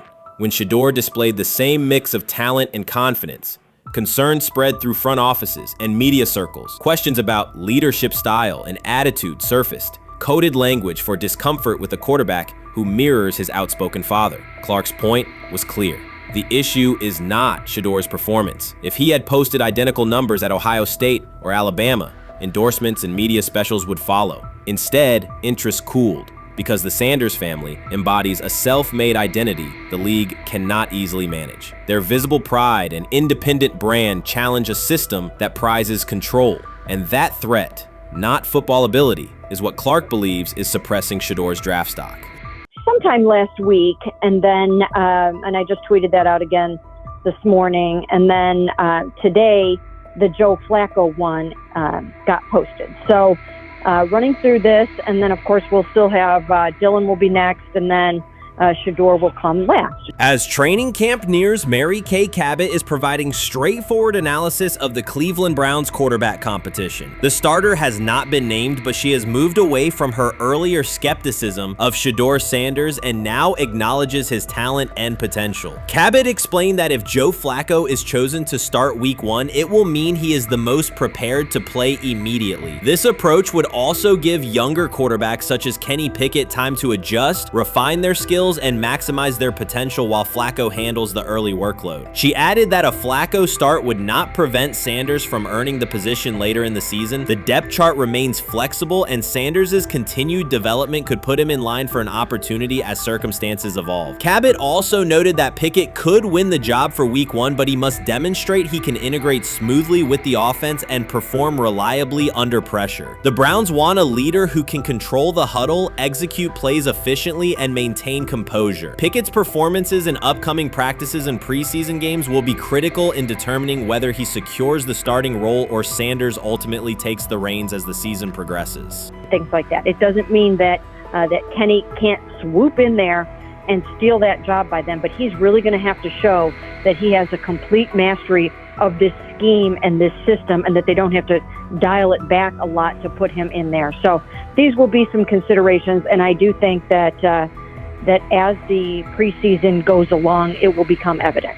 Mary Kay Cabot recently stated that Shedeur Sanders is ready, and the Cleveland Browns are monitoring him closely. After a strong showing during organized team activities and minicamp, Sanders has made notable strides in his development. With continued progress, he is expected to return to the field prepared to contribute meaningfully. The Browns coaching staff is tracking his growth, and anticipation about his long-term role is increasing. Cabot added that if Sanders maintains this trajectory and continues to demonstrate poise within the team, he will have a legitimate chance to earn the starting quarterback job. Each practice rep strengthens his case, reinforcing the possibility that his development could benefit both the player and the organization. As Sanders impresses, discussion about his future in Cleveland becomes more compelling. Cabot also emphasized Sanders' advanced understanding of the offense. She noted that his football IQ appears in every drill and that he seems ready to execute the Browns system at full speed. His ability to process defenses quickly and make decisive reads distinguishes him from his peers. With the appropriate opportunity, Cabot believes Sanders could become a genuine difference maker for the Browns. One area Cabot highlighted is Sanders' command of pre-snap adjustments. His capacity to diagnose defensive fronts and communicate changes gives him an edge and reflects high football intelligence. If he translates those reads into consistent connections with his playmakers, he could elevate the Browns' offense significantly. By comparison, Cabot said quarterback Dillon Gabriel is still refining his grasp of complex terminology and play calling. While Gabriel possesses upside, Sanders' comfort with intricate concepts and his ability to manage tight pockets under pressure give him a clear advantage at this stage. Gabriel must sharpen those elements to compete at Sanders' level. Cabot previously reported that Sanders had already earned first-team practice snaps ahead of Gabriel. Her latest update confirms that Sanders is now approved as the Browns' starting quarterback, solidifying the organization's commitment to him as QB1. Expectations are high, and his response to the challenge will be closely watched throughout training camp and preseason. Cabot further noted that head coach Kevin Stefanski authorized Sanders to take expanded first-team reps beginning next month. This milestone underscores Sanders' readiness and the coaching staff's confidence in his progress. As the regular season approaches, Sanders aims to cement his status as the starter, and the competition for that position is intensified. Though Sanders leads the race, Kenny Pickett remains in contention. Cabot stressed that Pickett must prove he can integrate seamlessly with the offense and perform consistently under pressure. His performance over the next several weeks will determine whether he can challenge Sanders for the starting role.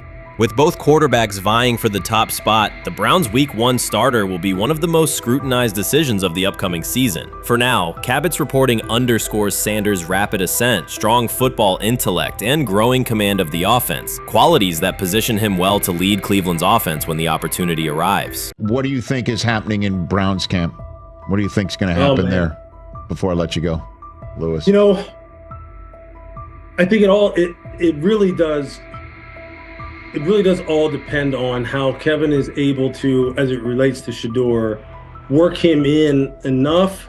Well, one, Shedeur has to earn the right for Kevin and the staff to have discussions about, hey, we got to get him more reps with the ones and twos. We got to get him more reps with the ones and twos when we're going team period, not just walk through or not just 7-on-7 team. Louis Riddick reacted sharply on air after viewing practice footage from the Cleveland Browns. The clip showed quarterback Shedeur Sanders executing a string of precise throws while the Browns head coach watched with a broad smile. Riddick questioned whether the session was focused on evaluation or celebration, arguing that visible enthusiasm from the staff could cloud objective assessment of a rookie's progress. Earlier in the segment, Riddick's tone had been measured once the Sanders highlights appeared. He criticized the perception that a routine practice was being treated like a marquee event. He stressed that coaching reactions should remain subdued until performance translates into game situations. Riddick concluded by calling calling for accountability and asking the Browns to clarify how they plan to manage expectations for Shedeur Sanders as training camp continues. Couldn't imagine me myself saying, hey, you know what? As someone who has been at the very bottom to try and ascend to like some level of success, I could never imagine going, you know what would be really cool? I'm gonna play a joke on someone like this and pretend that I'm a GM and I'm drafting you when actually I'm not, and then I'm gonna hang up and just giggle about it. Man, what the hell are we doing? Seriously, what are we doing when we think that kind of crap is funny? I don't know. Trying to get likes on TikTok. I don't have the right words for it. Right, Lewis, I'm gonna say this. I don't have the right words for it. Few situations unsettle a former front office executive faster than watching coaches celebrate a rookie quarterback before pads come on in August. In Louis Riddick's view, the Browns staff did more than acknowledge promise. They acted as though they had already secured their franchise leader. Throughout the session, Shedeur Sanders delivered 40-yard throws off his back foot, ran crisp 2-minute drills, and displayed steadiness rare for a first-year player. According to reports, each successful rep drew audible admiration from the sideline, highlighting how quickly enthusiasm has escalated. When Riddick reviewed the same practice tape and heard the glowing comments, he challenged the reaction on live television. He argued that a few controlled drills should not override the methodical scouting and development work that normally guides roster decisions. Riddick's criticism focused less on Sanders' talent than on the evaluation process. He warned that comparing a prospect to established stars or joking about renaming the stadium creates pressure before the player has taken an NFL hit, faced a disguised coverage, or logged a preseason snap. Praising potential is acceptable, he said, but anointing a savior in July risks repeating the organization's history of premature quarterback expectations. Sanders brings confidence shaped by his father's legacy and his own disciplined preparation, yet Riddick insists that progress must be confirmed over time. He urged the Browns to temper public excitement, follow a structured development plan, and reserve celebratory reactions for on-field results that matter. Regular season production under live pressure, not highlight clips from a midsummer workout. He has to earn that. Kevin has to figure out a way to do that. So then you can reasonably assess what you have in him compared to Dillon Gabriel, compared to Kenny, compared to Joe Flacco.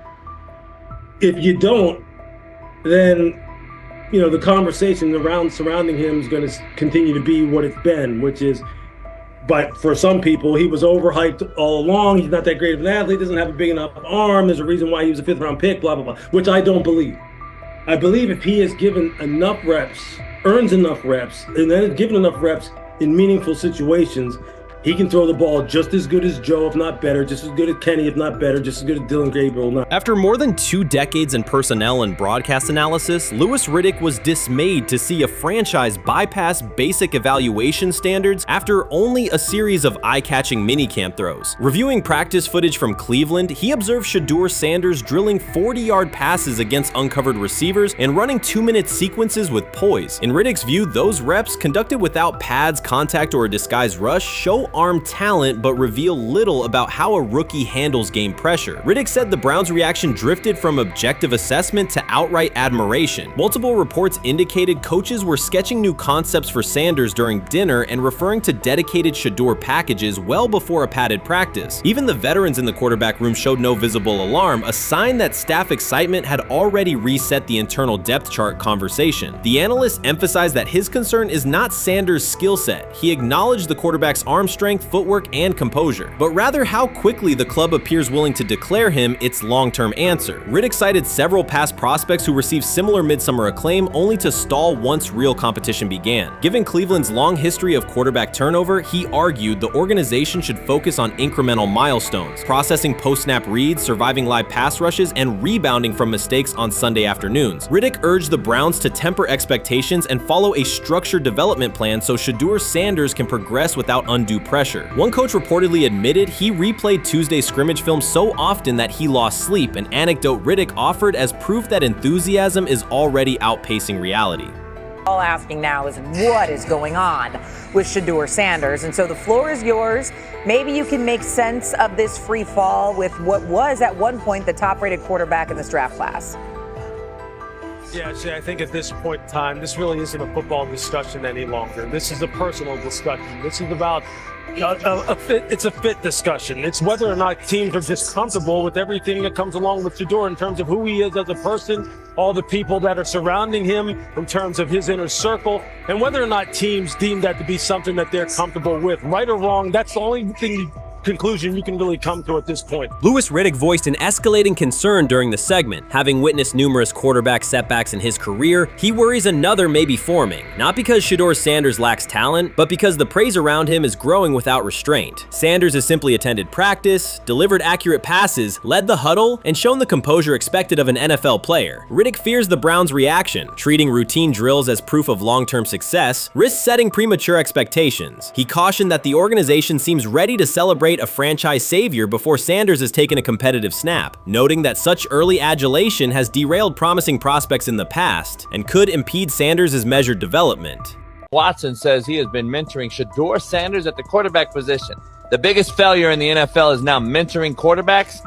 The most overpaid underdeliverer at the position is now mentoring 2 rookie QBs and a Super Bowl champ. So what exactly are you mentoring him at? You have had 24 civil lawsuits that you paid off to go away. And when you play, you are as ass as those massage therapists are, apparently. Shedeur Sanders is also a show. It's all about him. It's all about anything else. If you don't see that by now, then you're just blinded. Cleveland's second most talked about player has yet to take a professional snap, and it isn't Deshaun Watson. Rookie quarterback Shedeur Sanders has already captured the locker room's attention and the fan base's enthusiasm, creating a visible shift in the team's internal dynamics. Watson, once the uncontested focal point, now shares the spotlight with a newcomer who has only practiced in shorts. The Browns are experiencing a rapid, unforeseen change in popularity within their roster. Four-man competition. It's not. It's 2 guys versus 2 guys. It's the 2 older guys to be the starter. Yeah. It's the 2 younger guys to position themselves however it may be and show little improvement every single day, right? So, of all the things I'm watching the first 5 when they break a session, the first 5 with the veterans, with the ones. Who's in there, where are they going? The ball's going to Jerry Judy, right? Flacco's no dummy, lasts as long as he has, right? He can really whiz it. But as we go on, I want to watch these guys because they probably just got plays installed Tuesday and they're out there running on Wednesday. Shedeur Sanders arrived in Cleveland and immediately commanded attention. The rookie has yet to take a preseason snap, yet the energy around him inside the building and across social media eclipses what many veterans receive in an entire season. Fan enthusiasm is so strong that Deshaun Watson's jerseys are already drifting toward the clearance rack at the team store. In a matter of days, Sanders has become the roster's second most popular figure, while Watson watches his once secure QB1 status and public approval shrink by the hour. Shedeur or Deshaun? Who do you want as your quarterback next year? Honestly, Shedeur. I love Deshaun though.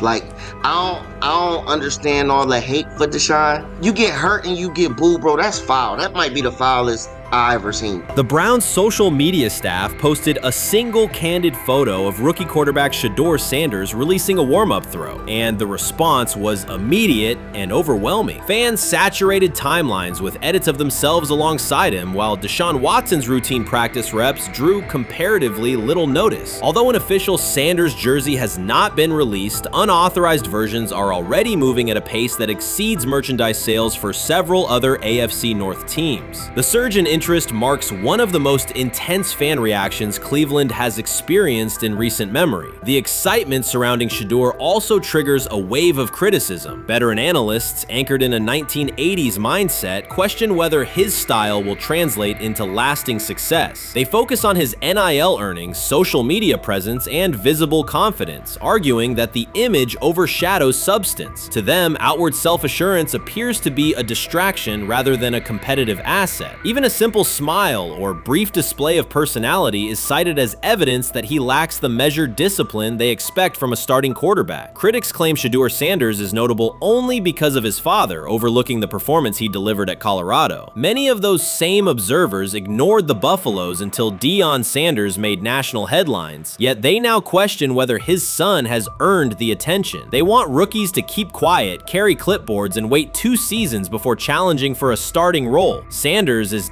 disregarding that script from the moment he arrived. His presence has already turned Cleveland's quarterback discussion into a genuine two-man competition before a single preseason snap. Deshaun Watson maintains publicly that the situation does not concern him, but it is hard to believe the pressure is not real. A fully guaranteed contract protects his paycheck, not his standing in the locker room. Sanders, meanwhile, is translating charisma and early momentum into tangible influence with teammates, coaches, and fans, reshaping expectations for who will lead the Browns on opening day. I'm a firm believer. If I wanted Shedeur Sanders at 2, at worst at 33, of course I already think that he's better than other quarterbacks. Because that's the type of talent, that's where I would have picked him at. And if he was at 2 or 33, and he still had this same exact skill set, we would be talking about him starting and playing. Right. Well, there'd only be 3 quarterbacks. It'd be here, 3 quarterbacks, not 4. Yeah. But to see move to the 5th round, that's cool. They might have to go along with it. But to me, I think if you ask who got the best tools, I'm going with Shedeur. Shedeur Sanders has not taken a single professional snap, yet discussion about him has split NFL social media into 2 camps. One side already argues he should start immediately. The other worries about what that means for veteran quarterbacks like Deshaun Watson. Reporters now line the perimeter of Browns camp, scrutinizing every inconsistency in Watson's spiral and every precise throw from Sanders during drills. Each well-placed pass is clipped, posted to TikTok, and captioned as evidence of a future QB1. Cleveland is no stranger to quarterback drama, but this situation is different. Rather than cycling through another unproven starter, the franchise is dealing with a rookie who entered with more polish, public attention, and perceived readiness than most first-year players. Fans chant Sanders' name before he has appeared in a preseason game, while the established starter works to maintain his relevance. The atmosphere is not yet a full controversy, it is a countdown. Traditional analysts insist on the importance of experience and respecting the process, yet Sanders is progressing on the timeline set by the supporters who already view him as the next leader of the offense.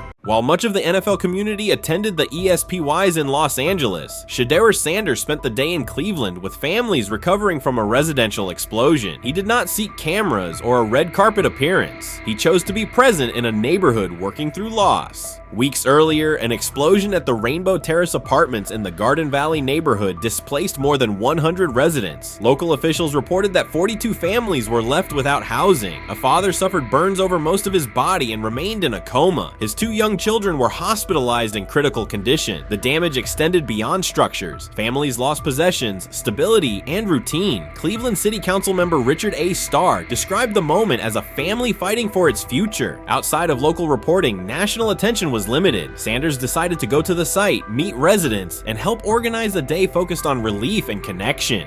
The decision drew questions almost immediately. Some asked why he was not at the ESPYs, others questioned his motives. Sanders did not respond with counter-arguments. He explained simply that he felt an obligation to be present and that he would act on that conviction. This was not a team-scheduled appearance. He promoted the gathering himself, arrived without ceremony, and spent the day with residents. His approach emphasized listening, participation, and time. The event, which he called the Garden Valley Fun Fest, brought a large turnout over several hours. The purpose was straightforward: create space for families to reconnect and for children to play, even as recovery work continued. Sanders threw passes with kids on the blacktop, joined in games, and spoke with parents and grandparents about what they were facing next. He moved through the apartment complex and common areas with minimal staff support. Browns defensive lineman Michael Hall Jr. attended and interacted with residents as well. There were no speeches or staged moments. The focus remained on residents and their needs. Questions about visibility persisted as photos and short clips circulated online. Some criticism framed the visit as a substitute for a higher profile appearance in Los Angeles. Sanders kept to the same message. The priority was to support a neighborhood coping with displacement and uncertainty. He did not present the choice as a protest of any event. He presented it as the correct use of his day. When local media asked about his intent, Sanders said his goal was to provide families with a day of enjoyment and a reminder of community. He added that financial support can help, but that showing up in person also matters. Standing with people, listening to them directly, and offering time. The statement matched the structure of the day. He stayed on site, remained accessible, and left the focus on residents rather than on himself. The timeline mattered to him as training camp approached. Sanders did not connect the visit to his role on the depth chart or his draft position. He kept references to football confined to preparation, learning the playbook, protections, cadence, and timing, seeking guidance from veterans, including Joe Flacco, and staying ready for opportunities when they come. He has repeated that he has time to grow and intends to use it to learn the system and earn trust. The visit did not alter those priorities. He returned to his regular schedule the next day. Since arriving in Cleveland, Sanders has treated community work as part of his responsibilities. Before his jersey went on sale, he visited schools, including John Marshall High School, speaking with students about goals, accountability, and effort. He set public objectives confidently, such as long-term aspirations for the franchise, but paired them with routine work in the building, meetings install, film, and on-field reps. The day at Rainbow Terrace fit that pattern. Identify a need, show up, contribute, and avoid unnecessary attention. For residents, the Funfest provided a brief reprieve from ongoing challenges: housing transitions, school logistics, medical appointments, and the paperwork that follows an emergency. For teammates and staff who observed, it was an example of a rookie investing time locally without seeking a headline. For Sanders, it reinforced how he plans to operate in Cleveland: be consistent, be present, and let actions speak.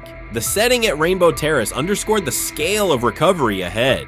Families described the first weeks after the explosion: nights in temporary housing, efforts to replace clothing and essentials, coordination with agencies and community groups. Sanders moved from group to group, speaking with parents about their immediate needs, greeting elders who came to watch the activities, and encouraging kids who wanted to throw a football, run races, or take a photo. He kept the schedule flexible so residents could arrive and leave as they were able. Community partners and volunteers handled tables for supplies, simple games, and refreshments. There were no sponsor banners or organizational pitches. Residents organized as they usually do, checking on neighbors, guiding children, and sharing updates. Sanders' role was clear: participate, make time, and listen. The presence of a recognizable player brought energy, but the purpose remained practical: create a normal afternoon in a place that had not felt normal since the blast. Online reaction covered the full range of opinion. Some posts praised the decision and the event's tone. Others questioned why a rookie would skip a high visibility awards show. Sanders did not try to manage that conversation. He maintained the same explanation. He chose to spend the day where he believed he could be useful, and then he returned to his football schedule. The approach was consistent with how he addresses other topics: answer directly and move on to the next task. The same measured approach appears in his preparation for camp. Sanders has not asked for public guarantees about reps. He has focused on install recall, cadence, and protection IDs, route timing, and situational work. He has sought input from veterans, thanked teammates who have provided guidance, and spent time with receivers and linemen to align on communication. Coaches have emphasized that the quarterback competition is a process, and Sanders has accepted that framework. His emphasis remains on readiness. None of this overshadows the experience and resumes of other players on the roster. It does provide a clearer picture of how Sanders operates as a professional. He separates off-field actions from promotional efforts. He keeps football preparation focused on what he can control. He communicates with teammates across position groups so that timing and expectations are shared. He does not try to steer attention in his favor. He tries to make steady progress. The day in Garden Valley was one example. He arrived without a speech, stayed for hours, and left without an announcement. He did not ask for recognition, he offered time. Residents responded in kind. Kids lined up for catches and races. Parents and grandparents asked about camp and wished him well, and neighbors coordinated rides and schedules around the event. The atmosphere felt like a neighborhood gathering, not a media production. Local leaders who were present or who spoke later emphasized that recovery will take months. Families will continue to navigate housing, healthcare, and daily logistics. Events like the Funfest do not resolve those issues, but they help sustain community connections and morale. Sanders' contribution was to create a space for that to happen and to treat the day with the same seriousness he applies to practice, plan, execute, and keep the focus where it belongs. As the preseason approaches, Sanders will continue to compete for opportunities on the field. He has said he will be prepared when called upon, and that he understands the importance of mastering details before focusing